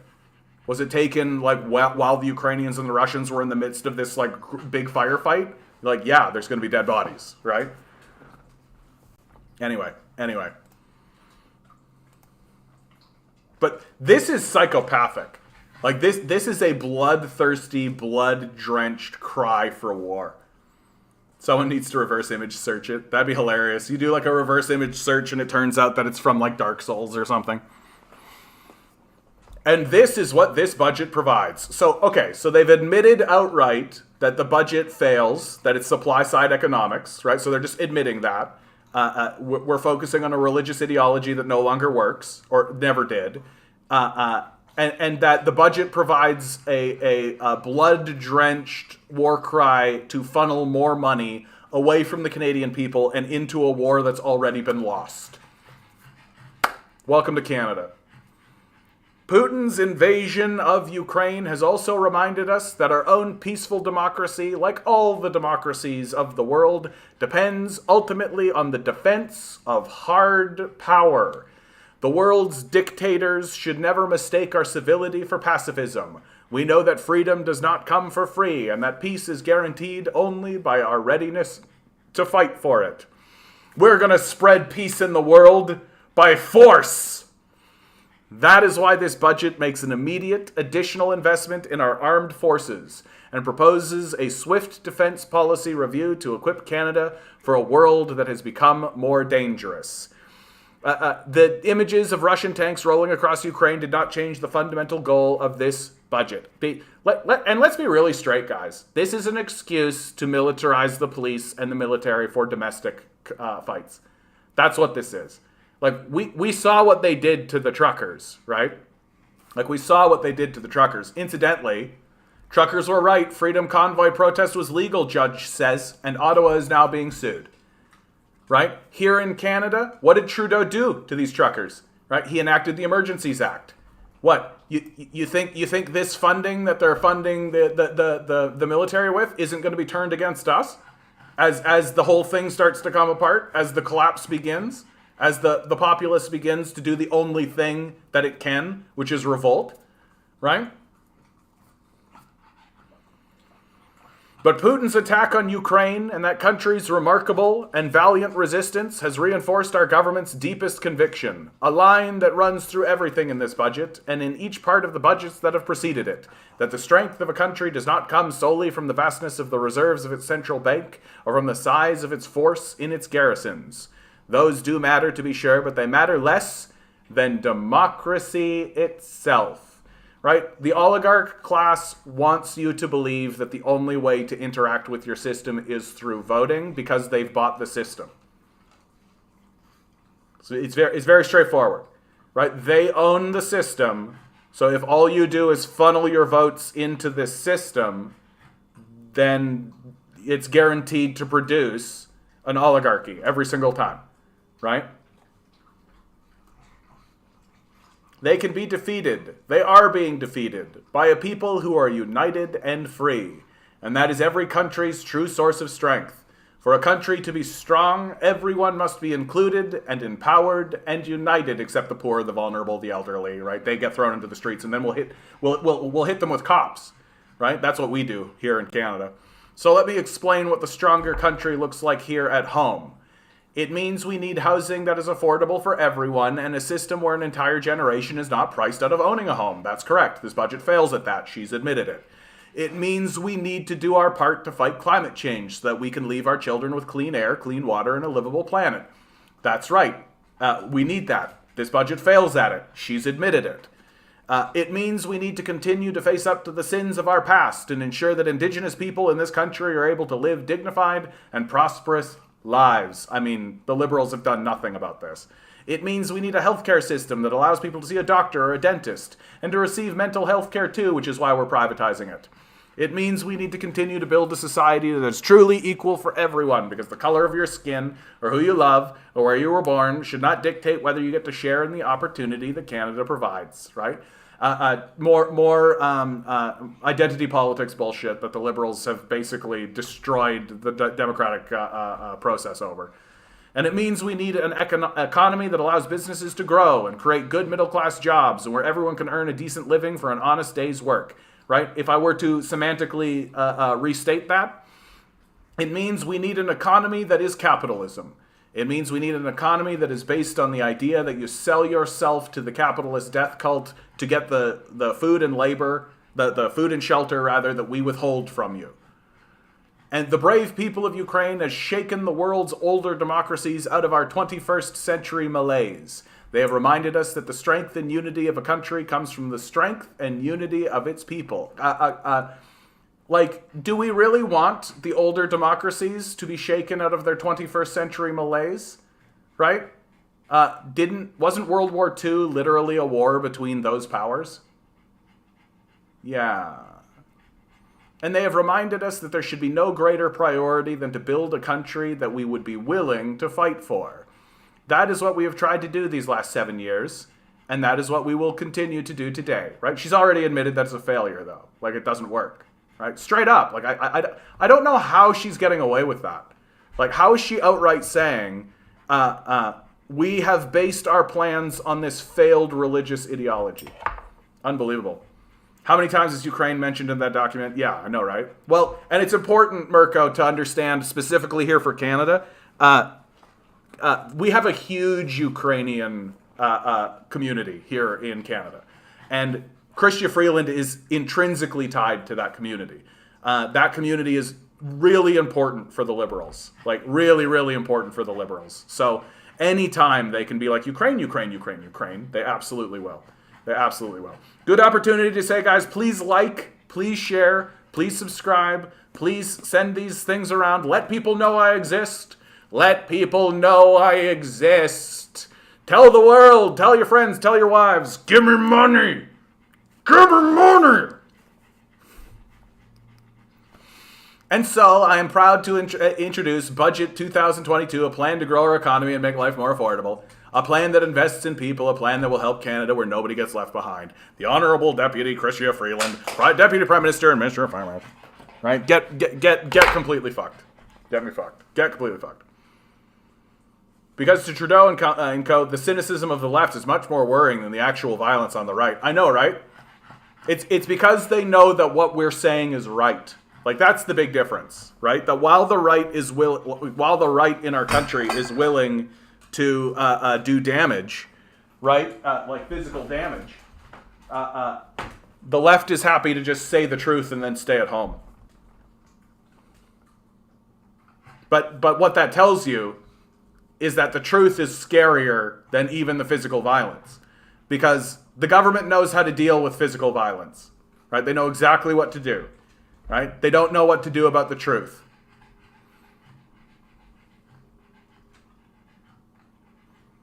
Real GDP change. So look how hard they're focusing on GDP, right? Like, literally the guy that invented the concept of GDP said, do not use this to measure the growth of your economy. Like, this is meant to be a very specific measure, right? This is supposed to be used for like, it's very specific and it should be used for that specific reason. If you base your entire economy off of this measurement, do not do that. That's what the guy that invented it said.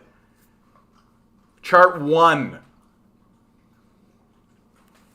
But what do you expect from people who are doubling down on a failed religious ideology that no longer functions? Like, what do you expect?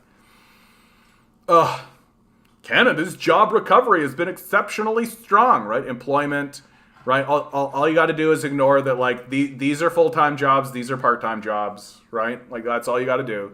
Change in employment across G7 countries, right? Because, like, the difference here is literally like measuring it accurately, measuring it inaccurately, right? Like, I don't know what you need. Changes in fiscal guardrails relative to federal blah blah blah. Progress in other key labor markets through the metric. Like, I don't believe any of this, right? Like, I believe that it is accurate to the degree that it like, yes, I agree that this is the accurate GDP measure. So what? Oh, Russia's invasion is dragging down global growth, guys. That's what it is. Russia's invasion.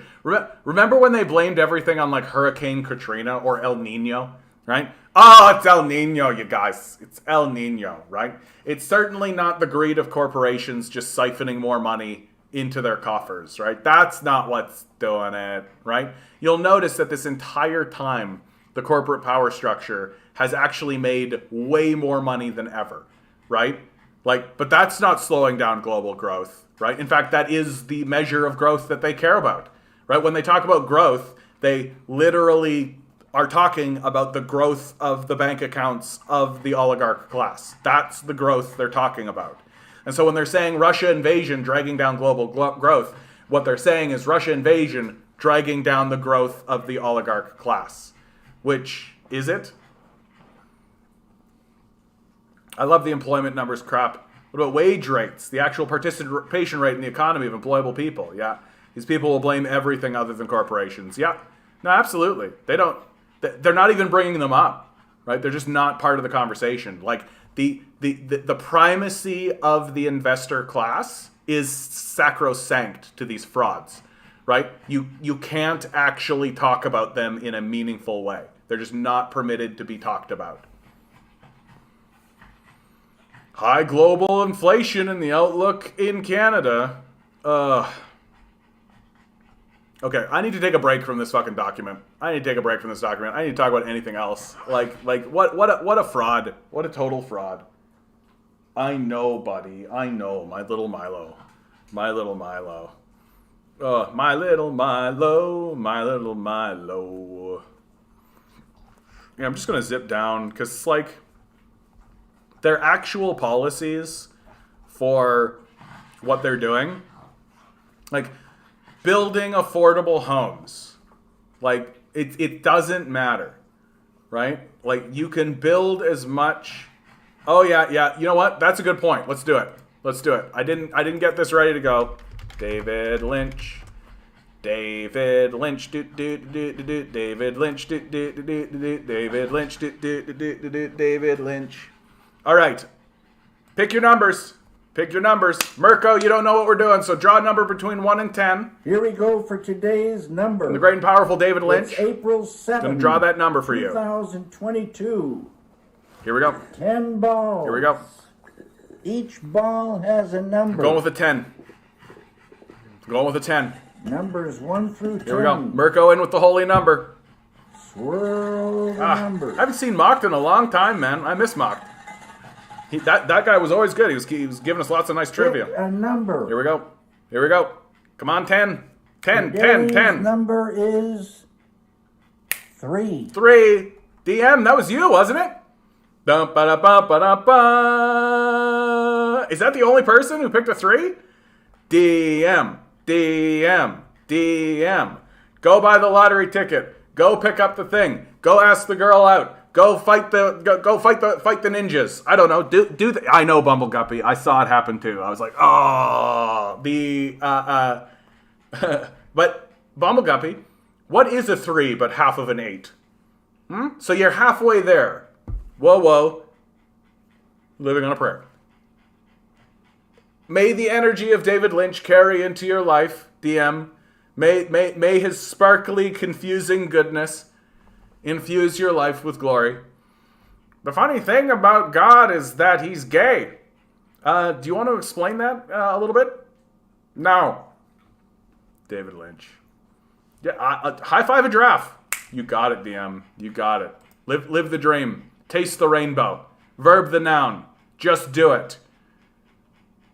Da-da-da-da-da. I'm loving it. Subway, eat fresh. Can't think of any more slogans offhand. Liberals set to spend oil windfall on social and climate programs in today's budget. Yeah, I love that they're trying to convince us that they're going to spend the money that the oil sector has made on anything other than the corporate profits. It's going to be austerity, kids. Like, it's going to be austerity. Like, that's what's going to happen. Yeah. No, Adam. Like, the physical, like, if you cut it in half, right? Right? Adam, my boy. Oh, well, Bubble Gubble's on it too. No, I didn't mean like half of 8 in terms of the numerical addition. I meant that if you took the picture 8 and cut it in half, it would be a 3. Hey, Wave, how you doing, bud?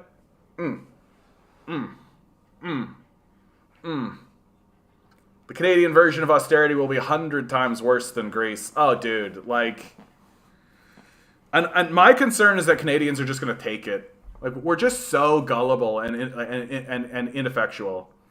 Adam, duh. You.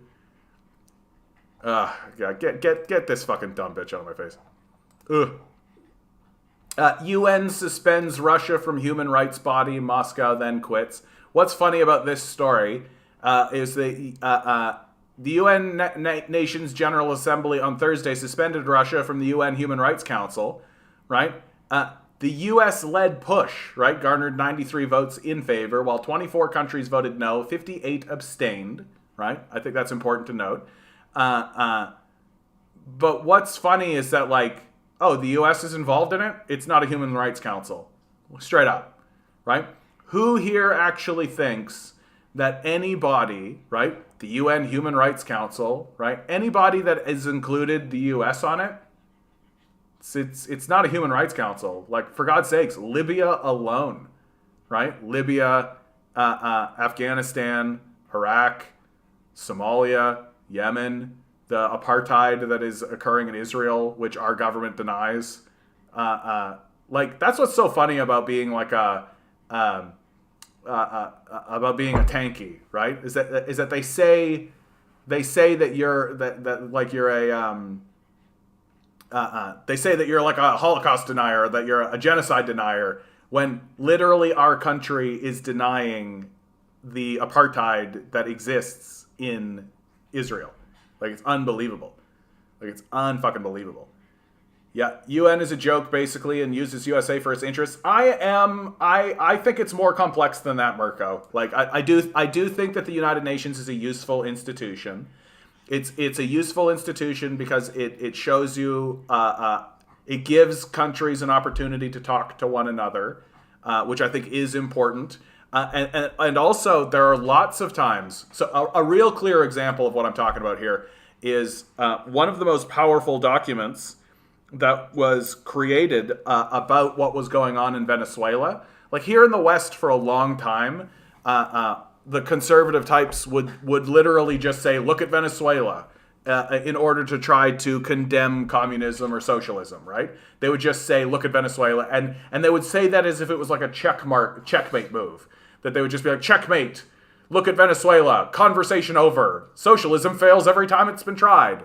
And it was a UN organization, or a UN, I don't know what to call it, but a UN paper. I did a whole thing about it on my channel. I read the whole document out loud, and the result of it was that they showed that what's happening in Venezuela is not a result of the economic policies of the Venezuelan government, but a result of the sanctions placed on the Venezuelan people by the United States. That the United States destroyed the Venezuelan government. Like, it admitted that Venezuela tripped up, or when oil prices went down, that Venezuela had a trouble. But, like, yeah, that's right. Juan Guaido is the interim president of Ukraine now. That's right, Bumbleguppy, right? I mean, he's so powerful, right? He's a powerful leader who has certainly has power and has been definitely elected. Which video there is a section in my videos called important videos. It should be there, and if not, just do a search on my channel for Venezuela. You'll find it. I did it years ago. That's a long time ago. And the result of it was that. So, like, that's good, right? That's a good document to have, right, from a fairly well-established country. And in my view, what this result is like, this kind of thing does not indict the UN, right? The UN exists to allow these kinds of conversations to occur, right? That's the power of the United Nations, in my view. That, yes, this moment is like the United States obviously doing some propaganda and leveraging its position in order to kind of poke Russia in the eye. But anyone with a brain in their head is going to look at this and be like, well, wait, the United States is on this body. Like, what validity could it possibly have? Like, so this human relation, like this Human Rights Council that exists within the larger body of the UN is completely illegitimate because the UN is on it, or the US is on it, I should say. Anyway. Skippy and go F off with Freeland, yeah. Pierre Poilievre's 2-minute response on today's budget posted on YouTube under... of course, they're going to focus exclusively on the spending, right? That's all they're going to focus on because they are also neoliberals, right? Like, this is what's so annoying about our politics is that the liberals admit that it's a failure, right? They admit that it's a failure. In the document, they admit that it's a failure. Well, the conservatives are no better. Their politics are the same, right? Pierre Poilievre coming to you from Vancouver, British Columbia. Okay. Finally got him saying his own goddamn name. His name is Pierre Poilievre. Pierre Poilievre. We did it. Boy, guys, did we ever go through a bunch of iterations of this guy's name. For those of you who don't know, this is the future leader of the opposition in Canada. There's the Liberals, then there's the Conservatives. This guy is likely going to be the next leader of the Conservative Party. That he's not currently the leader of the Conservative Party, but they're about to go through a leadership convention, and he's probably going to be the winner. I'd be pretty surprised if he wasn't. Although there are other choices, and it could go a different way. Like, I was fairly surprised when Aaron O'Toole won, actually. I thought McKay was going to win for sure. But anyway. Where I'm just learning that the NDP Liberal Coalition budget adds $50 billion of inflationary new spending. That is how the inflation actually works. Yeah, that's true. As you know, the cost of government is already driving up the cost of living as Trudeau doubled the debt to over $1 trillion and sent hundreds of billions of new dollars chasing fewer goods. He managed to drive our inflation up to 30-year highs. Yeah. Here in BC. Here's the thing about Poilievre, okay? And he's very good at this. He tells the truth 90% of the time. He tells the truth 90% of the time, and then he twists the dagger in right at the end. So always look for the lie with this guy. He tells the truth most of the time, only so that he can do a bait and switch on you, right? Like, he'll completely agree with you. There's a problem. Everything's a trouble, all that kind of stuff. And then right at the end of the conversation, he'll be like, yeah, that's why the solution is to do capitalism harder, right? We got to get the government out of the way of the capitalists. That's how he rolls. We have the third most expensive real estate on planet Earth. Food prices have risen to a point where single moms have to skip meals so their kids don't have to. Gas is up at $2 a liter here in this city. This is all driven by government taxes and government deficits. Don't talk about the corporations. Don't talk about the oligarchs. Don't talk about any of that. Government's the problem. We just got to get the government out of the way. And then once we get the government out of the way, we can just let the corporations take over, withhold goods and food and shelter from us, withhold the necessities of life so that we have to sell ourselves to them in order to join the labor pool. And that's called freedom. More expensive government means a more expensive cost of living. And today the Liberals are turbocharging inflation, or just inflation, as I like to call it. I like that a lot, man. I like that a lot. Just inflation. So good. So good. Pat yourself on the back for that one, Pierre. Pat yourself on the back for that one. That's better than She Session, right? That's way better than She Session. Right? Just inflation? Do people really believe that corporations want the people to be good? Yeah. Yes, Mirko. Here in Canada, look, how it is in Canada is 30% of the electorate vote for crazed, ruthless psychopaths who want to abandon not only the populace but the species to a climate change inferno that is going to level us to the earth. That's 30% of the electorate. The other 30% of the electorate say that they don't want to, but keep passing policies that are going to do that. So 60% of our electorate are voting for the full-scale destruction of this country. Like, just across the board. Capitalism collapses, inflation skyrocketing, unemployment through the roof, just housing going through the roof, despair and misery spreading through the land, and 60%, a full 60% of the electorate votes for it.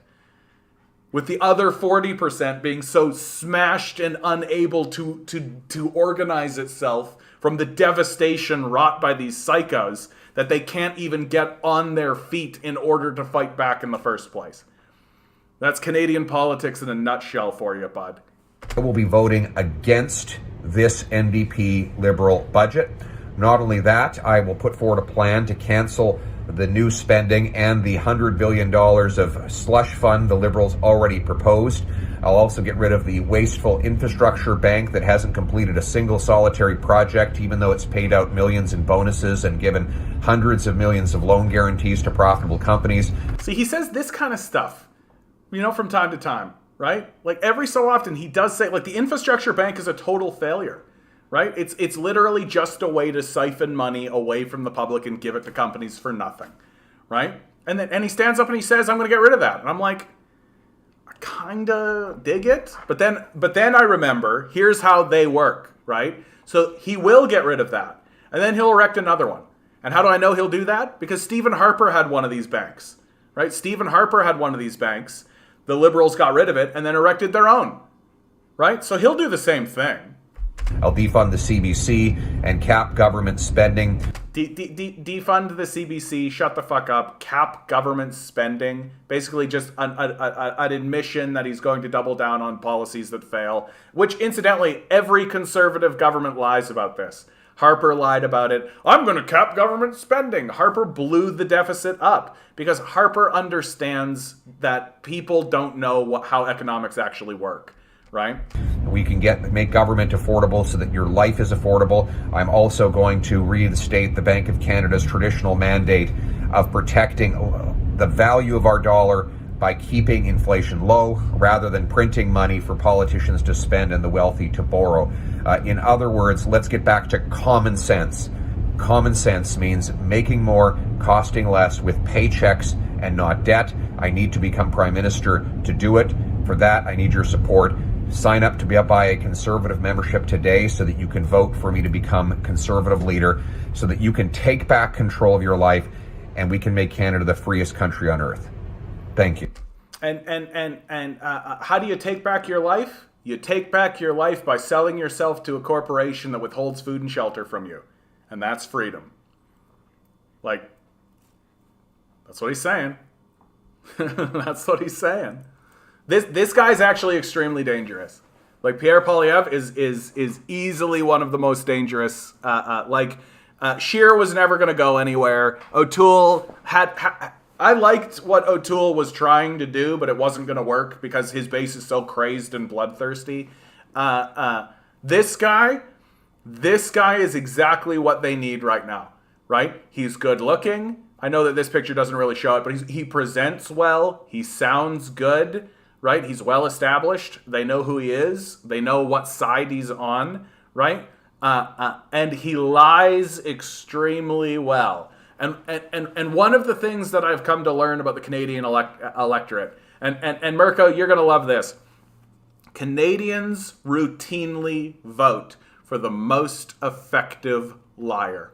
That if you stand up in front of the Canadian people and tell lies they want to hear, or omit the lies they don't want to hear effectively, Canadians will vote for you. We saw that here in Ontario with Doug Ford, right? Doug Ford's election, in Doug Ford's election, he literally lied about everything he said.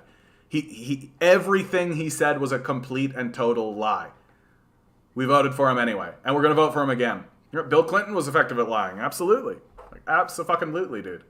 Like, we value and appreciate and venerate and support and vote for effective liars, and we are not skeptical. We do not create any kind of skepticism, right? If you can effectively lie to us, we will vote for you. Psychopaths are often charming. The tendency to make psychopaths crazy, unkempt murders in movies is propaganda. Well, that's why I think American Psycho was such a good movie, right? Because not only did it present the protagonist, if you want to call him that, but the lead as exactly charming and beautiful, right? Like a handsome, powerful man. But also, it really, to me, I think the big thing that American Psycho really presented was how the system of capital will defend psychopaths, right? That in the end, Bateman, is that his name? That the people around him defend him and support him and at least attempt to sweep his actions under the rug, right? That to expose him would create more problems for them. So it's better for them to keep him to keep his activities on the down low, right? So his lawyer defends him, right? Just completely creates an alibi for him. The landlady of the room where he's storing bodies, right? She just removes the bodies and cleans the place up because she knows if she reports on it, then there's a multi-million-dollar property that she can't sell, right? And so no one actually wants to expose him, even as he's confessing to his crimes, right? Like, and that's what was so powerful. Like, that when I was growing up, the narrative surrounding that movie was always, oh, he's delusional. He didn't kill any of those people, obviously. Like, he's just deluded, just had a mental break. La la la. Let's go on with our life. And that narrative needs to exist in the consciousness of the deluded, because to believe otherwise is to admit that your society is actually horrifying. And our society is horrifying. It's a horrifying society that we have. Like, we are inverted. Our belief system is the opposite of what a stable society should be, right? Like, you take a look at the Jeffrey Epstein situation, right? Like, that's not InfoWars conspiracy, right? Like, that's not some kind of crazed tinfoil hat kind of thing. Like, that's proven. We have, like, all the evidence you could possibly need that there was a pedophile sex island run by a surrogate of the billionaire class, where prominent politicians and billionaires visited regularly. For God's sakes, we've got the manifests where Bill Clinton went to the island 24 times, bare minimum. Donald Trump went there. Bill Gates went there, right? Like, that place existed and probably still exists, frankly. And there's a reason they kill this guy, right? Like, and that to me is like the dark reality of America and the West. That all of this that exists, all of the suffering we're going through, all of the despair and the misery, all of the inflation, the increased prices, the bloodthirst, the enormous corporate wealth, all of this exists so that these guys can go to a Jeffrey Epstein pedophile sex island and rape little girls. Like, that's why I refuse to involve myself in it. Like, that's why whenever I try to get earlier in this whole cast, we were talking about, like, oh, there's the Fiverr and there's the sharing economy and, like, all this kind of stuff, right? You can do all that, John. And I just, like, think to myself, I just can't do it. Like, I physically can't do it, because I know that I'm investing in a system where the end of it is some billionaire raping a little girl. Like, I know that's the path. It's as clear as day for anyone to see. And I refuse to invest in a system that supports this. And that's exactly what we're doing. Like, forget about the climate change thing where this whole place is going to burn down, right? Like, overtly and obliquely, there is a direct connection between me selling my labor to the death cult and the primary beneficiaries of that death cult abusing little girls. And it's just not being rectified. Bill Gates is walking around free. Bill Clinton is walking around free. Donald Trump is walking around free. Right? Like, there's no investigation. There's no questioning. Nobody is trying to bring anybody in. right? There's no serious sweep going on. There's none of that happening, right? All that happened is exactly Ghislaine Maxwell went on trial, right? She's serving her time. Like I think that she's in like the minimum security like prison. So she's going to spend like 4 years as an accomplice, right? And we're all just supposed to accept that. It's like, no. Like, that's why I say over and over again, just like stop participating in this. Like, stop participating with this, right? Do everything you can to dismantle and destroy it. Didn't the island just change hands recently for a large sum of money? I assume, yeah. Conservatives know that corporations can influence consumer culture and call out those shenanigans, but they 100% miss the part about corporations meddling in spending and capital. Yeah, no, but they don't miss that. Like, they know all about that. They're doing everything they can to maintain that system because it benefits them, right?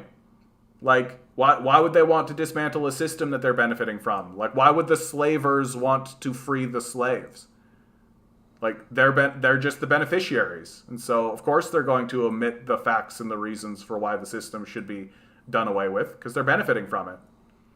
Yeah, Bitcoin should be outlawed. Yeah, absolutely. Well, and from the climate change perspective, Bitcoin is a total fucking disaster, right? It requires the same amount of power as like the country of Argentina to maintain Bitcoin. Like, get rid of these. They're total fucking bullshit.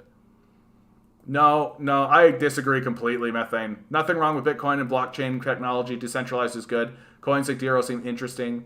Privacy coin, decentralized network, etc. It's always their use and implementation are corrupt. All tech is like this. But like the amount of energy that's required to maintain it. And what's it for? Like, what are you actually gaining? Like, actually, right? You're just allowing wealthy people to do illicit trades with one another. That's what you're doing. Right? Like, I can trade sex slaves now without any tracking in the system, right? Oh yeah, I just traded some bitcoins. That's all. Like, you don't have to tell anybody what you traded. There's no receipt. There's no paper trail. All they know is, oh yeah, I gave bitcoins to this guy over here, and this guy could be like literally some shell corporation of a shell corporation of a shell corporation of a shell corporation, right? Like. I look at Bitcoin, I think it's a moral abomination. Like, a moral abomination. I don't view it as like an interesting technology that has value. Like, it can only be used for evil. It will always be used for evil. Its very existence is evil. Right? Like, that's the degree that I will talk about these cryptocurrencies. Its very existence is demonically evil. It requires the same amount of energy as countries to maintain this shit. For what? To what end? For what purpose? For what gain? What did we get? How is it different than just having paper? How is it different? How is it better than that? Right? And the only answer I can get is, well, the government can't track it. I'm like, is that good? Is that something we want? We really want like Jeff Bezos and Elon Musk to be able to make plans with one another and trade commodities with one another with literally no one being able to be like, hey, what are you doing there? Is that really what we want? I don't think so. Like, these guys are psychopaths. Like, we absolutely shouldn't just allow them to freely trade with one another with a decentralized currency that's destroying the planet. Like, no. General strike in Greece 2 days ago. Good to hear. Dock workers in Greece refused to move military cargo headed to Ukraine. Azov battalion types made fascist threats towards them, calling them the Red Rabble. Oy. In consumer capitalism, we actually buy our propaganda with our own money. I know, right? Isn't that the best part? Isn't that the best part? One of the best things, I haven't paid a dime for any of this Marvel dreck. I watched. I feel the need that I have to watch the Marvel Drek so that I can be apprised of what the Drek is. But it's like like Goebbels would have had a fucking jerk off festival over this stuff, man. Like what beautiful fascist propaganda this Nazi shit is, or this Marvel stuff is. Sorry, Freudian slip there. Yeah, nothing will happen with Maxwell. She'll end up living in a lavish condo in New York, just like Hillary. Yeah. Well, and then she'll continue doing it. Like that's what happened with Epstein, right? Epstein was arrested at one point for sex trafficking minors, right? He did 2 years in prison. That to me is a big reason why I don't buy into this idea that he committed suicide, right? All of the evidence shows that he thought he was going to get another slap on the wrist, that going to jail is part of the deal, right? Going to jail, he understands that he goes to jail at some point, right? Like he knows that he's going to end up in jail at some point, right? So him getting arrested and going to prison is part of the deal. He knows it's going to happen. And by all accounts, he was very aware of it, and he was in high spirits. I think he was of the opinion that it was going to be another slap on the wrist, like happened the last time, right? Because last time, the system only gave him 2 years. He only served 2 years, and the same thing is going to happen with Maxwell. And so she'll probably just keep doing it, right? Because the billionaire class isn't just going to give up on an asset like Ghislaine Maxwell. Like she's willing to groom and find underage girls for you to have sex with. Like, she's an enormous asset for the billionaire class. Dang, didn't even hear about general strike. Is it a general strike? General strike.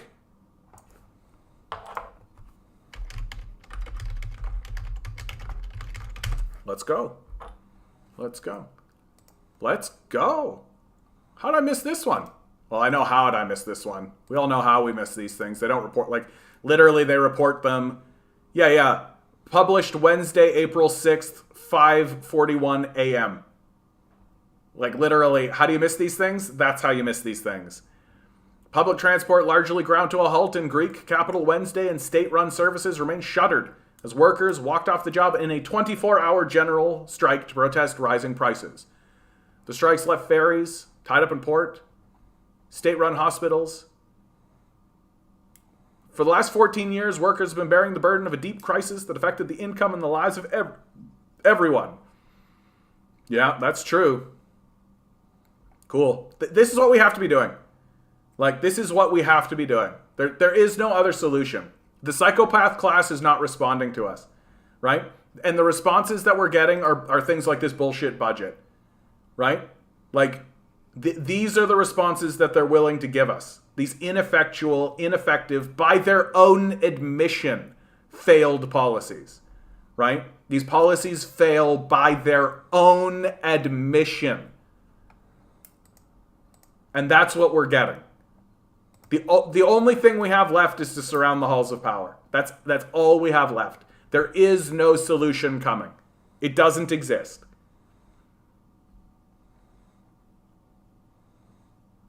Bitcoin only points out again that the problems with money are not practical but social. Reactionary psychopaths climbing to the top won't go away because the money is electric now, yeah? How much energy does the stock market itself use up? Interesting question, Nova Scotia. Interesting question. Why do you hop on Google? See if you can figure it out. Let us know. Because that's an interesting question. Like, this is the thing that I keep trying to, like, really reinforce. Like, these capitalists are negative. Like, they're not just worthless. Like, I say worthless when I get on it, but like, they are a negative drain on society. They are causing more problems than they solve in enormous, obvious ways, right? I literally couldn't deposit money into my girlfriend's account with a third degree of who I am. What's the money for? What's my connection? Seriously? F off.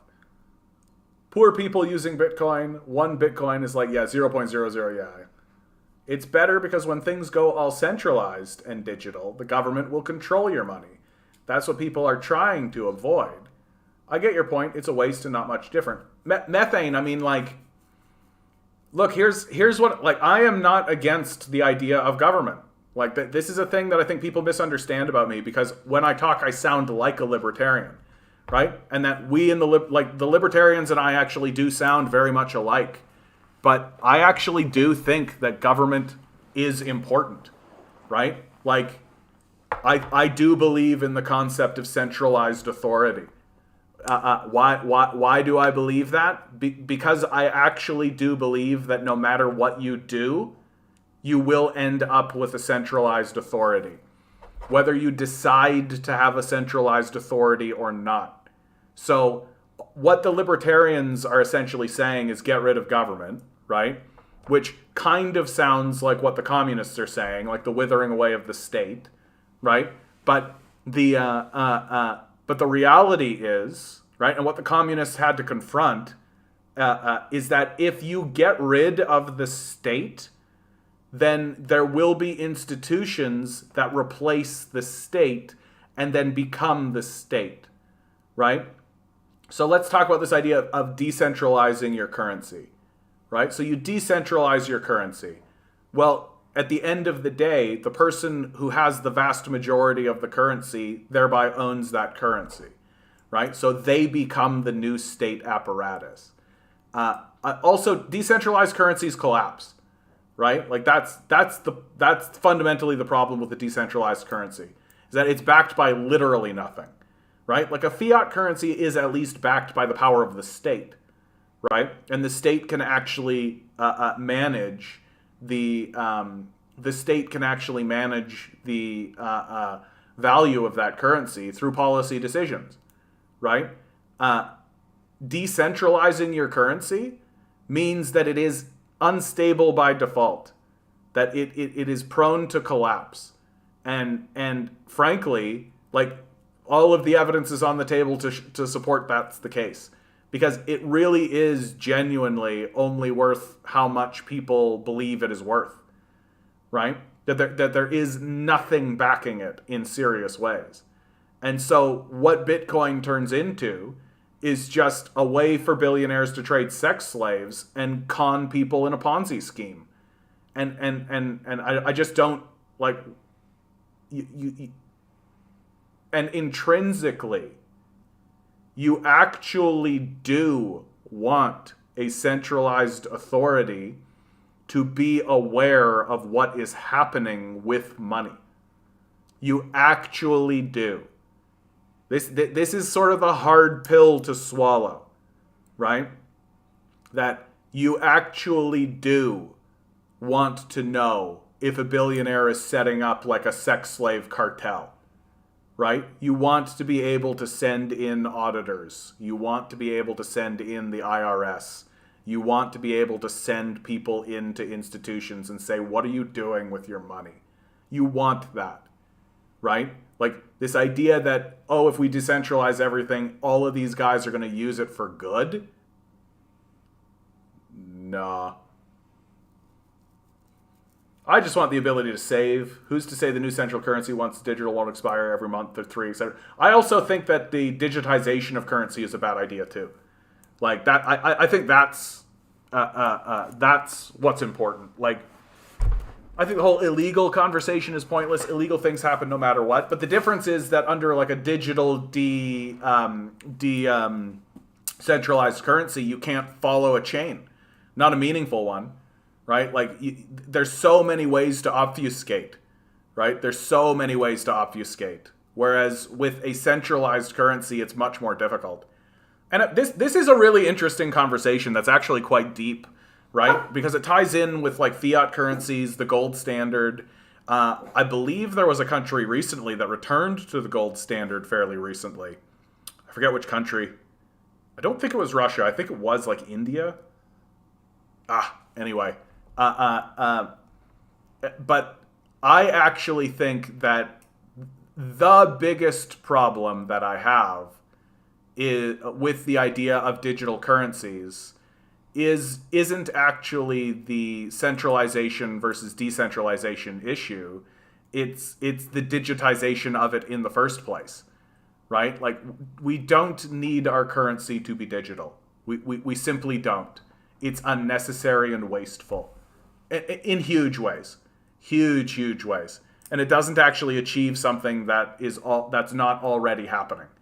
Like it's literally just a bauble doodad that we're just like, ooh, like this is us in regards to digital currencies. Ooh, that's it. We're like a boo in Aladdin when he finds that red jewel, right? Like there's a big red jewel in the Cave of Wonders, and he sees it and he goes, "Ugh!" And he becomes so entranced by it that he forgets that if he touches this, the whole place melts. Like that's us. So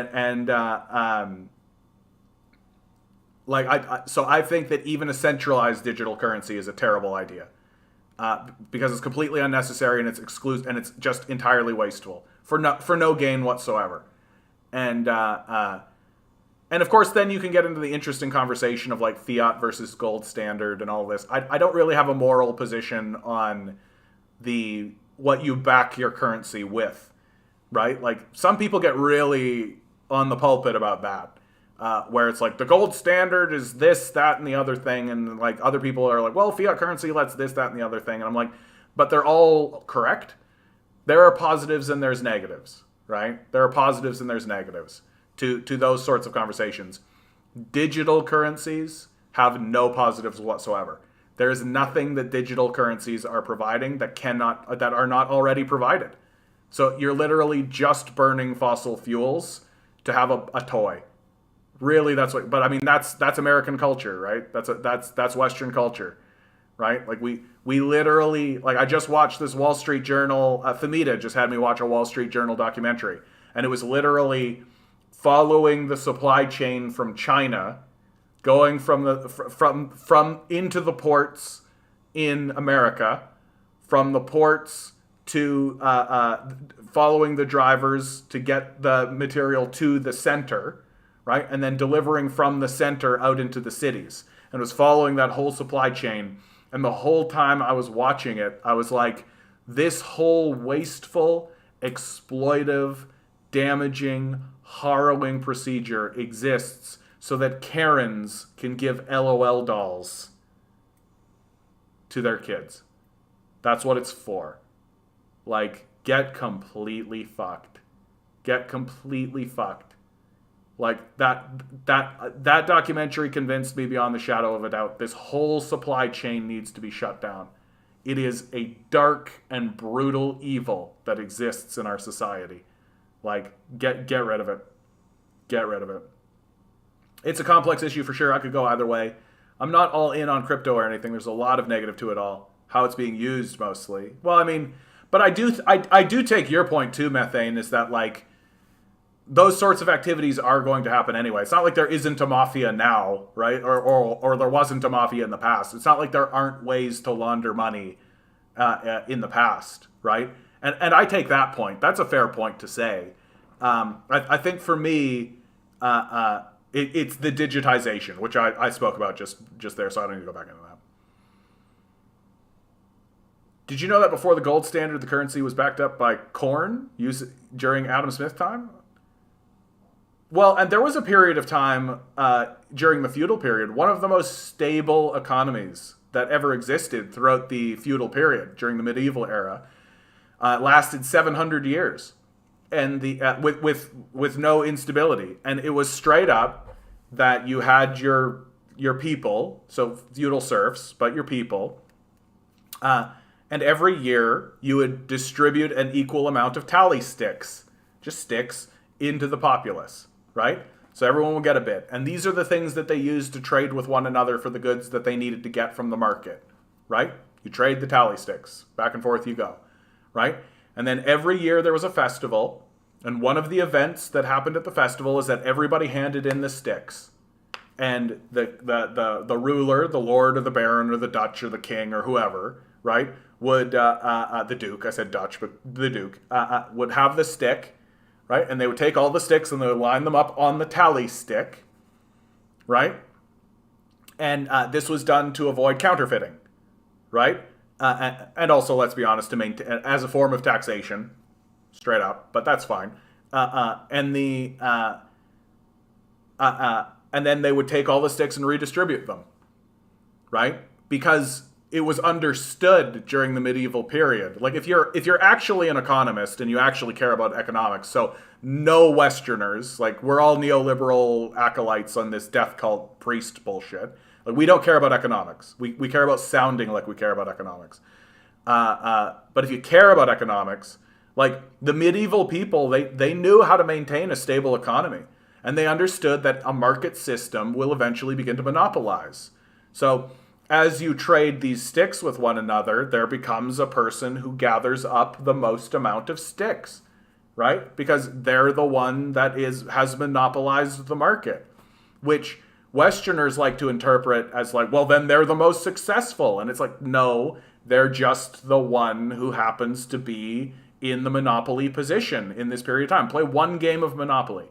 Play one game of Monopoly, right? Like, there's a good amount of luck. There's a good amount of sure, there's some finagling and all this kind of stuff, but it's not like it has more to do with what good fortune comes your way, right? That's represented by the dice in the game of Monopoly, right?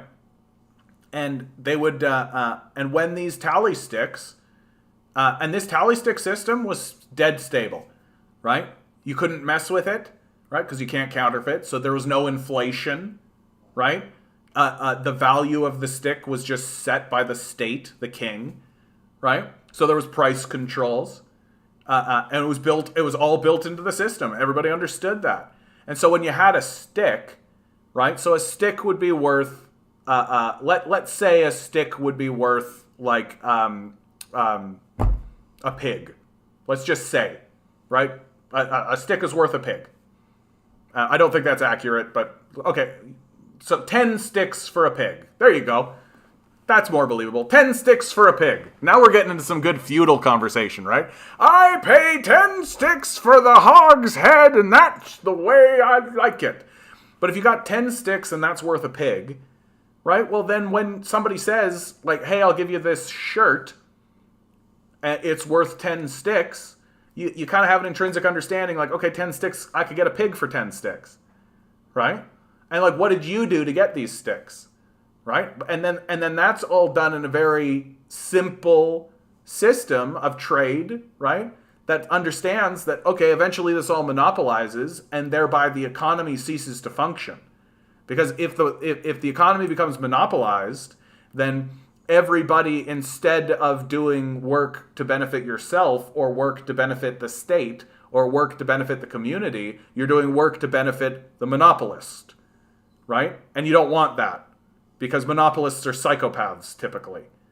So you just have a jubilee, right? And then there's the jubilees, right? Where just debts are forgiven every 7 years. Straight up. So like there are other economic models that we could be using. And I'm actually quite partial to the tally stick model, right? It sounds very simple, and that's because economics, when you understand it, actually is simple. We've made it complex, right? We make economics complex. So that people don't understand it on purpose. And we do that because we're trying to set up a religious ideology that venerates the psychopath class. That's what we're doing. When in reality, economics is actually a very simple, like, my research and learning about economics has mainly been about cutting through that. Has mainly been about trying to get through all of this bullshit to try and actually get to the other side of it and be like, oh wait, all of this is bullshit. Like, it's totally bullshit. Dude, when you buy a burrito, you're technically helping capitalism, but you're really helping yourself. You're really helping yourself. Yeah, someone who wants everything is a psychopath? Who would have thought? Yeah. Y'all remember when Elon worked himself up to the top of Twitter? Oh, wait, he paid to be on the board of directors? Yeah, no shit, eh? By the way, Nova Scotia, I gotta point it out, dude. You knew exactly where I was going with this LOL dolls shit, dude. I love it. You said LOL dolls just as I said LOL dolls. I was very impressed. I gotta tell you. That's true love, bud. That's true love. Let's call it as it is. Complexity is a wonderful obfuscator, and that's exactly how they use it. Yeah, tally sticks. I think that was Sumar, one of the topics Michael Hudson talked about, and I actually learned all about that from there was a fellow. This is in the early days of the internet. There was an economist who made a great video, and I wish I could find this video again. And of course, I was a young man when I saw this. And so, of course, this video has fallen away, and I don't know where to get it anymore or how to even find it. But this economist traveled all throughout the United States and stopped at a whole bunch. Like, literally, he would say, like, a couple of sentences or a paragraph in front of, like, a national monument. And then he would move to another national monument. And so you got this really beautiful tour of American history and monuments while he was simultaneously talking about the history of economics. And he talked about this tally stick system, right? He was not a big fan of the fiat system, right? And I wish I could find this video again, because it was very, very informative and really, really helpful to me to understand more about what's going on. I got to dig into that again, because it was really, really great. I could never find it again. Accountable, meaning that the full spectrum of government laws and programs are subject to yearly repeal. I mean, like, yeah, like, we don't really have a concept in our society of planning. We don't actually believe in having a plan and then sticking with the plan. Like, corporations will be like, we should have a plan and enact that plan. But, like, I've worked for corporations before. They don't know what they're doing, right? Things change all the time, and their plans are often very just, like, haphazard. There's a lot of just haphazardness that happens in the structure of it. It's all very chaotic. And they'll tell you it's chaotic, right? Like, that's the thing that's really astounding, is that they tell you how chaotic everything is. And you're like, man, we should have, like, some central planning, right? I know, and I think I'm speaking to what you're saying here, Methane, which is, I don't trust anyone in a position of authority right now. That's the problem.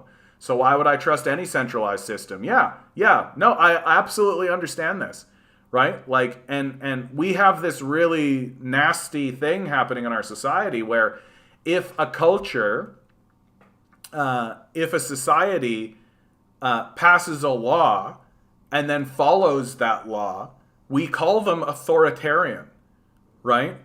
And that's because we don't expect people to actually follow the laws that we pass. And we certainly don't expect those laws to matter for the rich, right? That we implement things like fines. And so if you're a rich person, well, a fine is just the cost of what it costs to be able to do that thing, right? Whereas another society would be like, no, you're going to do some, like, community service or prison time if you do this, right? And that's considered authoritarian, because our society is so wrapped up in the idea that the ultimate good, that the top of the chain is, are you rich? That wealth is more important than law. And that's what's really broken things down. Whereas I am of the opinion that, no, if we all get together and agree on what the law should be, right, and have a trusted institution that's actually attempting to enforce these laws, then that's what should matter the most. But the problem is that our systems have been so corrupted by capital. So the wealthy can basically just write laws for themselves, right?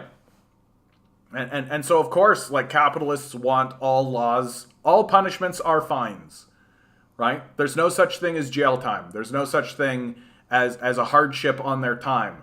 All punishments are fines, because a fine is just the cost of breaking the law, right? So if you want to park your car in a handicapped parking spot, well, if you're rich, you don't care. Fine me. Write that ticket. I don't care. I'll just hand it to my assistant, right? It's not even a hardship on my time. I literally go, oh, it's $100 fine to park in a handicapped parking spot. That's just the price of parking there, right? And if you're a rich psycho, you're always just like, yeah, and these things are always empty. They're just sitting here. It's great, right? Like, there's always a parking spot waiting for me. Yeah, it costs $100.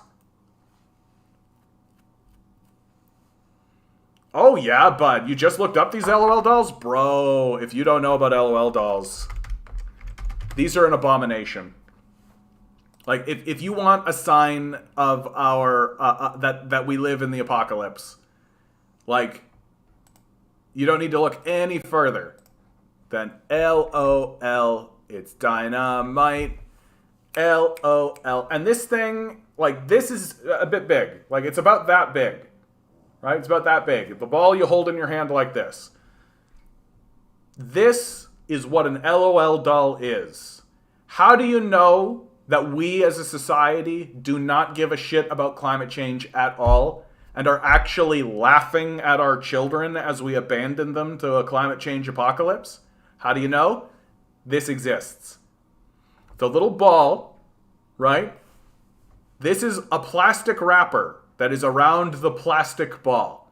You tear off the plastic wrapper and throw it in the bin.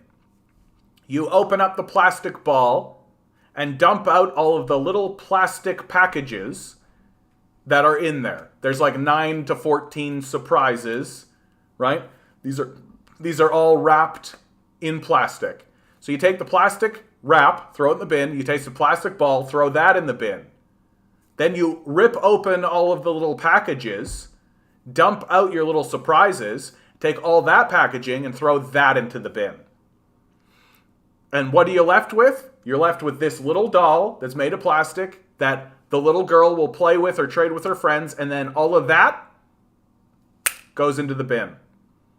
So we're literally sending oil tankers across the ocean, acidifying the ocean, bleaching coral reefs, killing sea life, depleting the energy of the ocean, awakening the kraken that rests between the ocean seas, summoning the great god Cthulhu.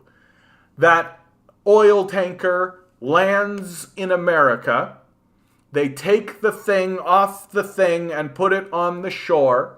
Then big giant semi-trucks where they pay truck drivers 70 cents a mile to drive across the United States, right? To get to Amazon distribution centers where people work minimum wage at a pace that's so accelerated that they have a turnover rate that exceeds 100% in their facilities. The absolute exploitation and despicable nature of the treatment of their workers. And then they distribute from there through a driving workforce that is so overworked and so exhausted that most people last only 6 months. So that you can get in the hands of a child this.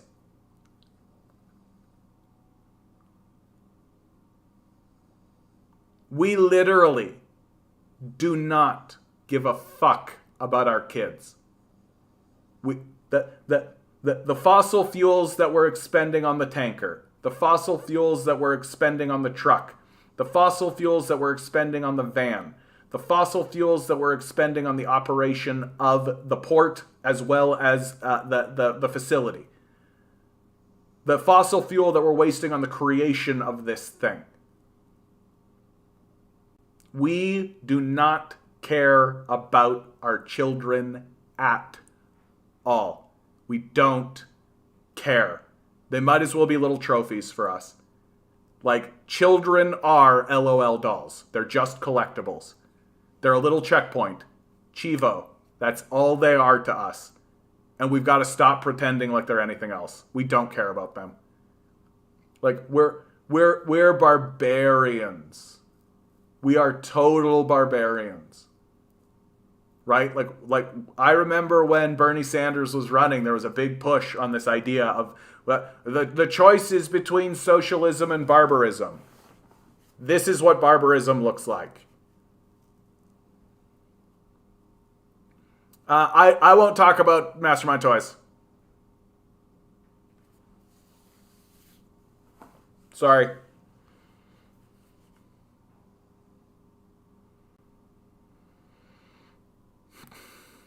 But it wouldn't matter, right? Like, you voice your concern, they go, okay. Like, and that would be true if you worked at Toys R Us. It'd be true no matter where you worked, right? They don't care. They want money. And if people are willing to sell their children out for this and betray their own families this way, they absolutely will, right? Wouldn't it be simpler to dip our children in colored crude oil barrels once a day? incoming postmodernist moment. At least the dolls are ethnically inclusive. Well, and Watson, let's pivot into that conversation because that's actually interesting. You guys want to talk about toys? I can talk about toys. So, the reason why LOL dolls are popular is because they don't look like Barbie. That for years and years and years, Barbie has dominated the toy market, right? In huge ways, man. In huge ways. Like, people don't understand exactly how powerful Barbie is, right? Like, Malibu Barbie, right? The Barbie industry, she's like a multi-billion-dollar corporate entity, right? But here's the problem with Barbie, right? If you are a little girl living in today's environment, Barbie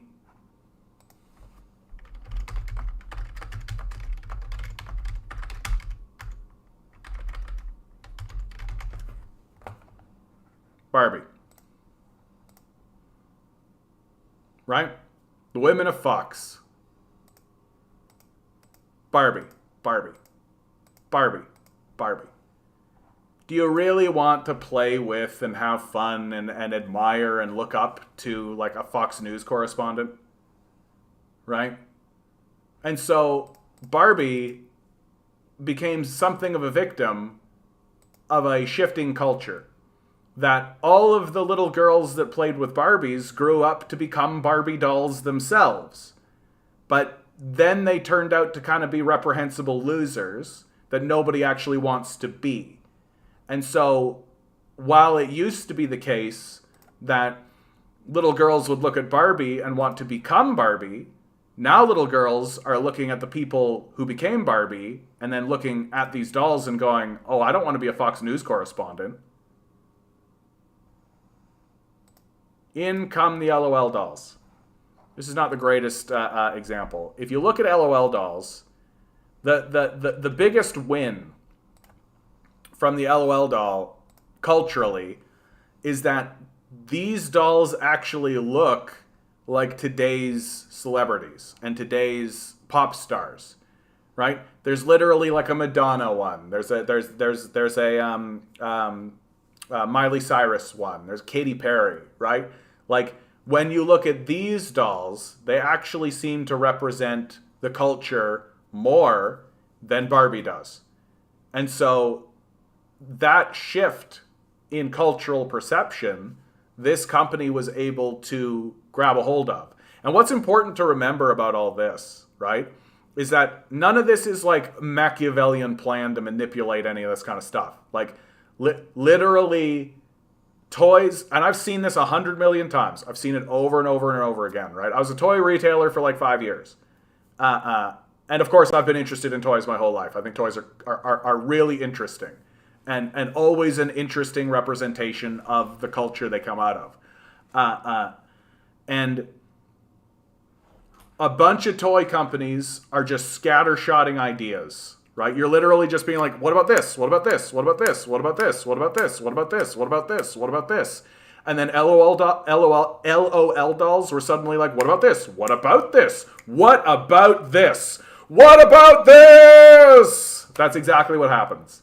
And that's always how it works, right? It is never the case. There's this great documentary series on Netflix. I don't know if it's there anymore, but it was for a long time, called The Toys That Made Us, is the name of it. It's essentially a documentary about the toys of our youth, right? They go through Star Wars, Star Trek, Teenage Mutant Ninja Turtles, He-Man, Barbie. The Barbie documentary is actually really good. Really good. I highly recommend it if you're interested in this stuff at all. And the story is always the same, right? Well, we thought it was a good idea, so we gave it a shot. And then it really hit, and people liked it. So we ran with it. That's every single story. Like there's and of course there's like variants and things like this. Like and there's all the ego. The Transformers were the best. Yeah, that was a good one. My Little Pony was also really fun, I thought. So yeah, and superficial vacuousness, sure. Like I think that LOL dolls are a perfect representation of our culture right now. Wasteful, despicable, destructive. They don't really care about anything except their own personal presentation. Childish, right? Like, look at LOL dolls, right? They look a lot different than Barbies look, right? Barbie at least looks like a person could look, right? This is a definite, like, cartoonified, baby-ish, childish depiction of a person, right? And that's part of it, right? Like, I don't talk about this stuff as if it's like, and they planned it that way to dumb down our kids or any of that Alex Jones kind of bullshit. But, like, it's indicative of the culture, right? LOL dolls predate object permanence. Well, and the whole concept of the LOL doll is also very childish, right? Like, when you buy a Barbie doll, you know what you get. Or you can see her, there she is, you get her. But the LOL doll, it's all about the surprise. That's why the packaging is so obtuse. Because it's about the unwrapping process. It's like a gift, right? You don't know what you're going to get. So there's a surprise reveal element. And that surprise reveal element has really infused itself in the toy culture. That most, including Barbie, by the way, most companies have started to do some kind of like surprise reveal, what's going on sort of thing, right? Haven't been to my local toy store recently. I should go in though. I haven't been in the store since they laid me off, and I should go back and just have a walkabout. Just to see what's new, just to see what's popular. Yeah, had a G.I. Joe toy with the parachute once. Was it the one that had all the bendable limbs? That was the best, dude. They don't do that shit anymore because it's too expensive for them. Those G.I. Joe toys were the coolest, where you could really pose them, right? They could like be posed in any kind of thing, and they even had like a bendable thing here, right? That really was like the G.I. Joe toys that were posable, and I'm not going to reapply, dude. No, not interested. You will have to like literally hang me before I go back to corporate power structure. I'm not, never. Like, I will literally hang myself first. Like, share, subscribe, give me money. Yeah, articulated at all joints. Those were the best, dude. Those were the best. Yeah, and I loved it because in the G.I. Joe documentary of this, they actually said, yeah, we couldn't call them dolls. Kids, little boys hated that. You couldn't call them dolls. We had to call them action figures. And then suddenly boys would play with dolls. Those were yeah, big elastic at the waist. Absolutely, bro. Absolutely. Those were the best ones, man. And they were smaller too. I actually liked that about them, right?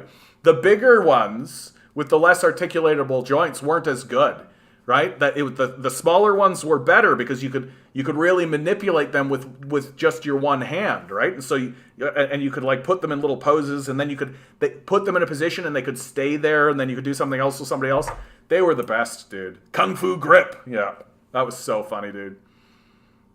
Yeah, if I'm going to work, it won't be to get a rich man another boat. Unfortunately, in this society, like, you're always getting somebody another boat. That's how it's structured. That's how it works. And there's no avoiding it. Yeah, they were like 6 or 8 inches or something. They were quite small. Like, they weren't very big. But that was perfect because you're a kid, right? Like, for an adult, that's quite small. But for a kid, it's perfect, right? It's absolutely perfect. And the articulate, like, the usability of it was exactly what it was all about, man. I loved it.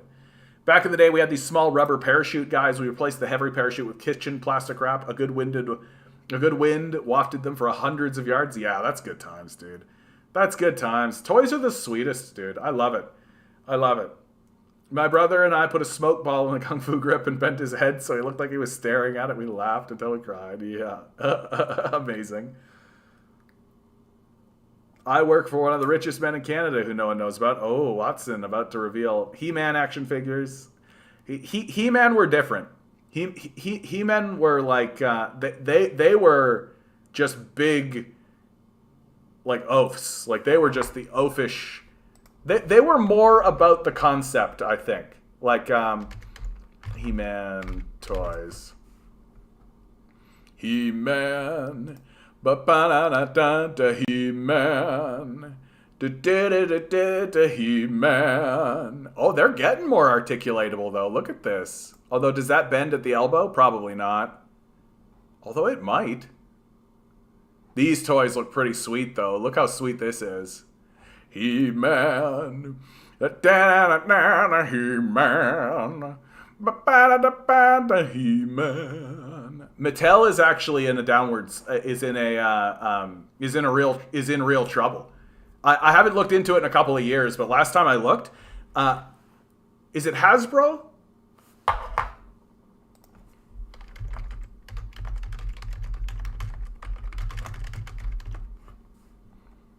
Wizards of the Coast, Hasbro. So Hasbro is actually in huge trouble. For a long time, there were only 2 properties that were actually making them any money. And one of them was Dungeons and Dragons, and the other was Magic the Gathering. So it's been that while for a little while.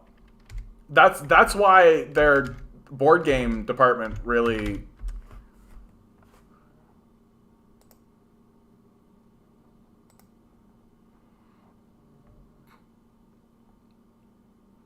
National Steel Car. Who's this guy? National Steel Car. The largest manufacturer of railway rolling stock in Canada, based in Hamilton, Ontario. The company was founded in 1912. Has been a top 3 rolling stock manufacturer in Canada for its lifetime. It's a subsidiary of National Industries and led by Greg Aziz, chairman and CEO of National Steel Car. Wow. Page does not exist. He can't be that wealthy. Like, I mean, he's probably quite wealthy. Like, can't be like that wealthy. Like, I'd be blown away if this guy was in the billions. Although, he's tied up with the whole Bombardier transportation. Clients, Canada National, Canada Pacific. Yeah. Like, this is kind of what I'm talking about when I'm talking about, like, the worthless middleman. Like, literally a guy that has just inserted himself into the process of rail. Right? Like, yes, we need people building rail, and we need that kind of thing. Absolutely. But, like, his interest... His interest is not in building rail, it's in making money, right? Wealthiest Canadians, Wikipedia.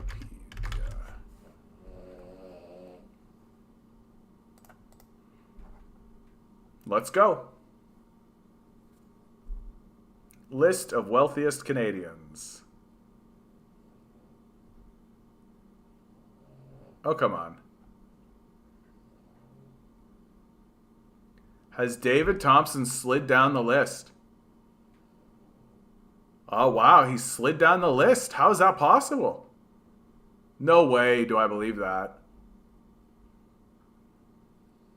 Yeah. This is what here you go. Okay. What is this? What is this? List of wealthiest Canadians. The following is a list of wealthiest individuals, with Canada listed as their country, region. And then the following is a list of wealthiest Canadian individuals and families. Got it. Right. So, like, David Thompson himself is only worth $8.46 billion, whereas the David Thompson family is $41.8 billion. World rank 33, right? Like, this is the thing. David Thompson and family are no joke. Okay, but that's not why we're here. Come on. This is... Not on the list, bud. Not on the list. Not on the list.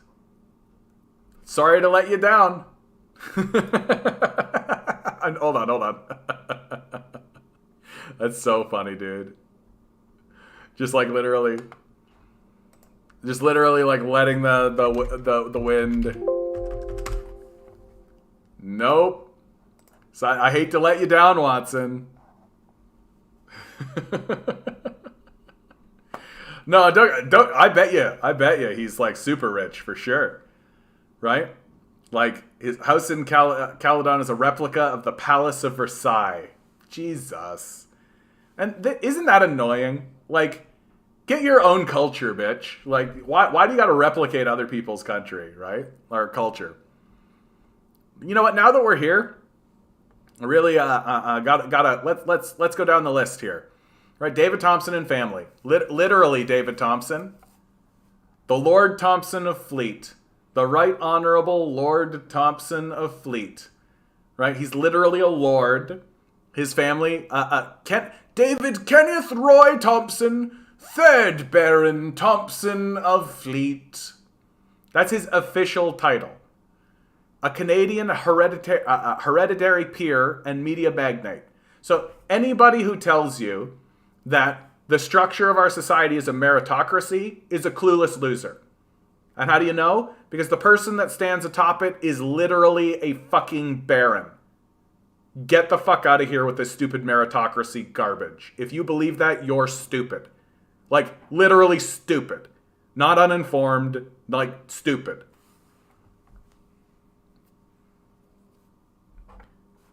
I mean, these are certainly people who should be questioned, right?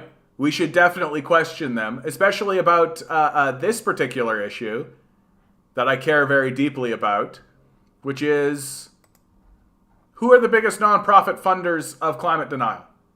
Who are the biggest funders of climate denial, right? If we find out that someone like Dave Thompson, right, like the Koch brothers, right, like the Koch brothers are directly connected to climate change denialism.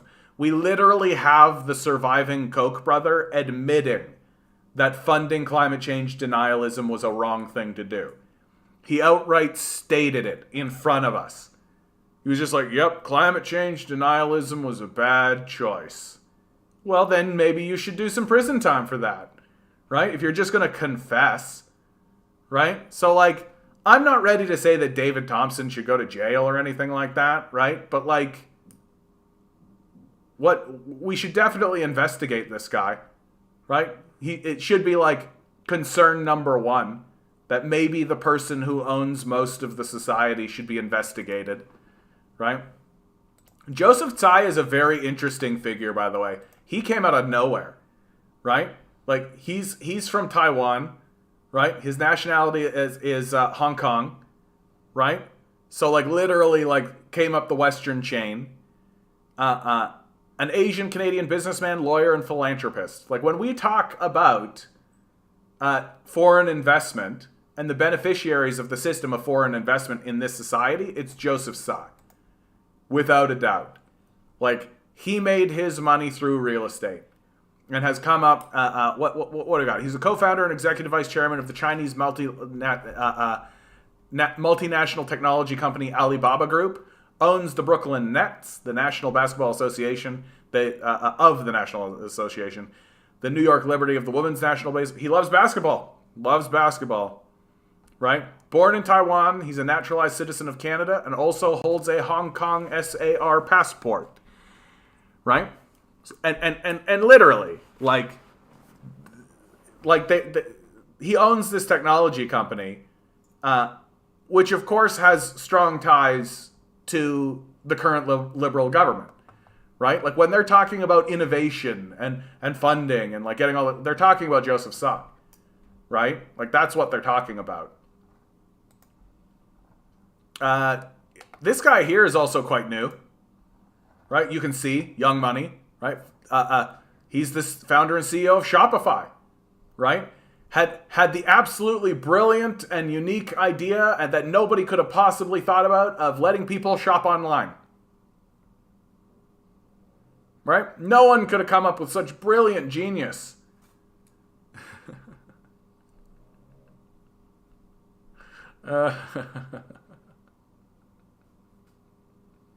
And you find out that, like, his path up is the same path as everybody else's, right? Like, he was connected to power. And he was just a kid saying, like, hey, we should let people buy stuff online. And there was wealth and power around him being like, yeah, that's a good idea. Like, James Pattison is old money, right? Diversified, right? This guy he's done exactly what David Thompson has done. His wealth is so spread through the Canadian economy, he owns nothing. He just owns little tiny pieces. John, can China have oligarch?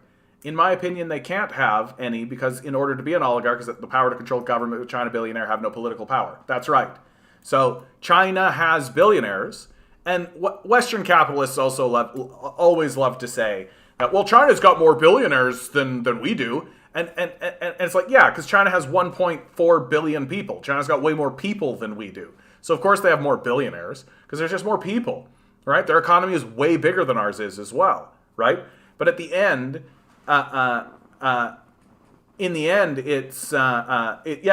they don't have political power, right? They have financial power, right?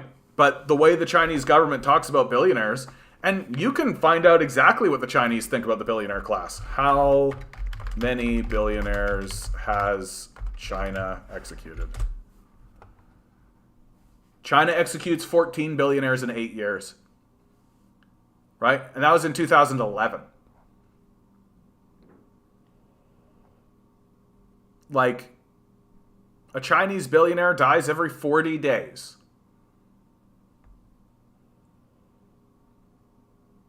In 2015, 1% of China billionaires jailed for bribery and other crimes.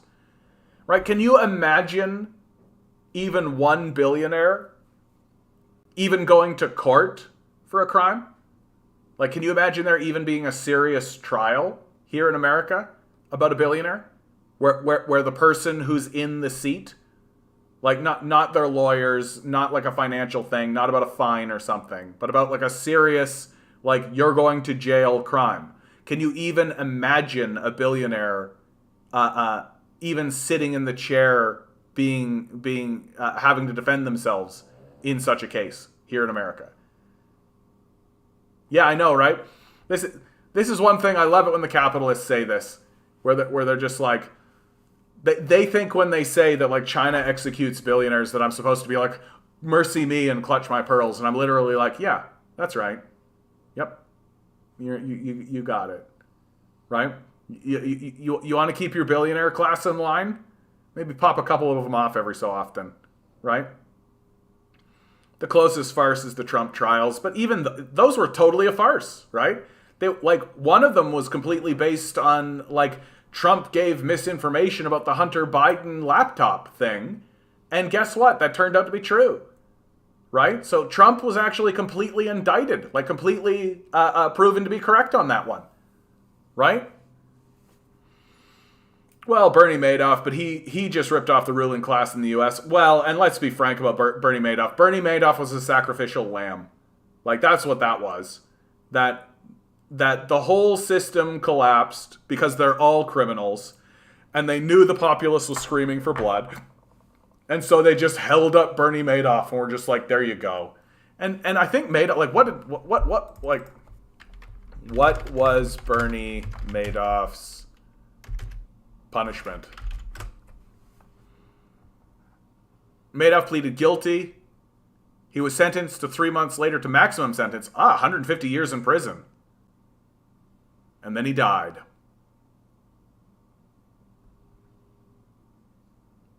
Oh, here you go.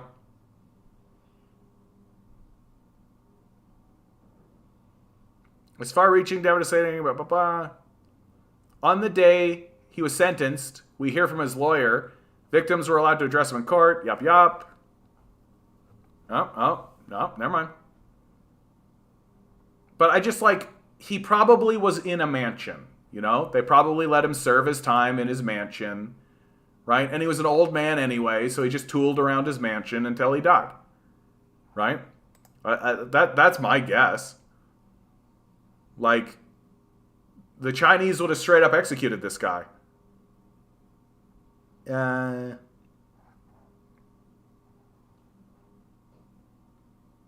like, where did he serve his sentence? That's what I would like to know. Oh, incarceration. Which is located. The judge, however, blah, blah, blah, blah. Oh, wow, he actually... Here you go. There you go. That's the picture. Here's where he was incarcerated, guys. There you go. Bernie Madoff. Incarcerated. Come to this lavish tropical villa where you will while out the remainder of your days as an old man.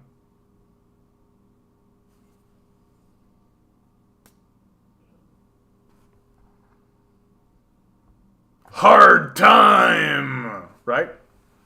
Like this is something that people don't actually like think about, right? Is that like in the consciousness of the people, like we have this idea of like the things that we think are punishments are not punishments, right? I remember growing up, I was always told this narrative by all of the rural bumpkins that were around me, right? It was always the same story. We're a free people because we elect our leader, and that leader goes up there, and if they don't do what we tell them to do, then we get rid of them, and they get ousted.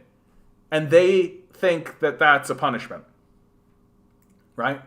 They think that's a punishment instead of part of the plan, right? That they know they're going to get ousted. They're aware of it.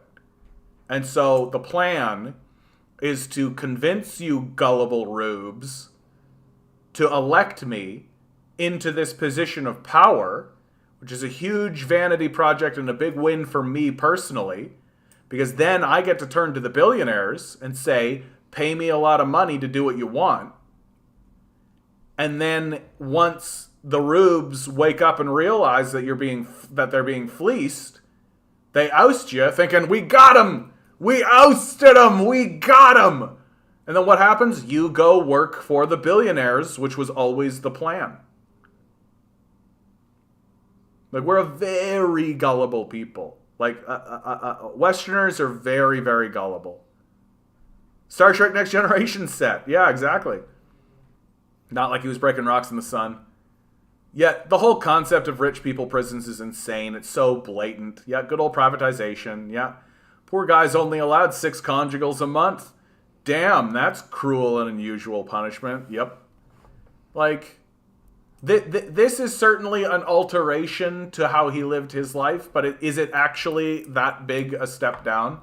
Especially as he's going into his old age. Like, what, he was in his 60s when this happened. Right? So it's like they moved him into an old folks home, basically. The whole concept of right to the people... The whole concept of right people to the extent they are today is what's really insane. Rich people. Oh, I see. Rich people. Yeah. No, like the whole fucking thing is just fucking ridiculous, dude. Like, and these people, like these people are the oligarch class. They can't not be rich anymore. James Pattison is exactly the case in point, right? Like, there's source of wealth, media, e-commerce, like all this kind of stuff, but diversified Jim Pattison. So what Jim Pattison has done, right? It's smart. Like, I would do it if I was Jim Pattison. But he basically just buys like 2-3% of everything, right? Because if the trend is that the market grows, generally, if there's a general upward trend and you're sitting on $10 billion and you buy 2% of everything, well, then if some of those companies collapse or go down, or if there's a decline or any of that kind of stuff, right? Doesn't matter. The general trend is upward, right? So you can't not be a billionaire. It's no longer possible for you to be anything but a billionaire that is entrenched in the system, so long as you just buy 2% of everything. That's what diversified means. So he is, by definition, just a worthless parasite. He's just a $10 billion sink, right? He's just got $10 billion of our economy, right? Just a fucking money sink. That's it, right? And that's just the money that he personally has. Like, that's just the assets that he actually has. This doesn't even include like the amount of assets that he controls, right? And these guys, in my view, are just like the tip of the iceberg. What you really want to be talking about is BlackRock. Like, this is absolutely what you want to be talking about. Like, BlackRock is an American multinational investment management corporation founded in 1988. BlackRock operates globally with 70 offices, 30 countries, clients in 100 countries. I have read articles that says that these guys actually control as much as 70% of the stocks in America, right? So their revenue is $22 billion, but they control huge sections of the economy, right? And them along with Vanguard, right? Vanguard owns another enormous percentage of it. Like, this is the ownership class, man. Yeah. And methane, even on top of that, like BlackRock, State Street, Citadel, right? All these guys, Vanguard, right? And they own stocks in each other, right? They own shares of each other, right? So it ends up being just like this amalgamation, this like conglomeration, this cartel, if you like.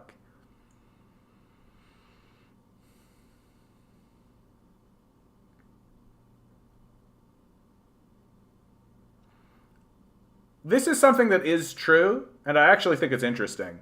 On January 14th, 2020, BlackRock CEO Larry Fink said that environmental sustainability would be a key goal for investment decisions. BlackRock announced that it would sell $500 million worth of coal-related assets and create funds that would avoid fossil fuel stocks, two moves that would drastically shift the company's investment policy. Environmentalist Bill McKibben called this a huge, if not final, win for activists. Nonetheless, BlackRock's support for shareholder resolutions requesting climate risk disclosure fell from 25% in 2019 to 14%. So, why not end this stream on a little bit of a high note, right? The owners of the country have actually said out loud, maybe we shouldn't just burn the place to the ground. All right. We've reached it. We did it. We made it. We got to the end of this one. Always remember, guys, you are a quantum being, walking around in quantum energy. The billionaires are spending hundreds of billions of dollars in the vain hope that you'll never realize it, and just stay the good little commodity they need you to be.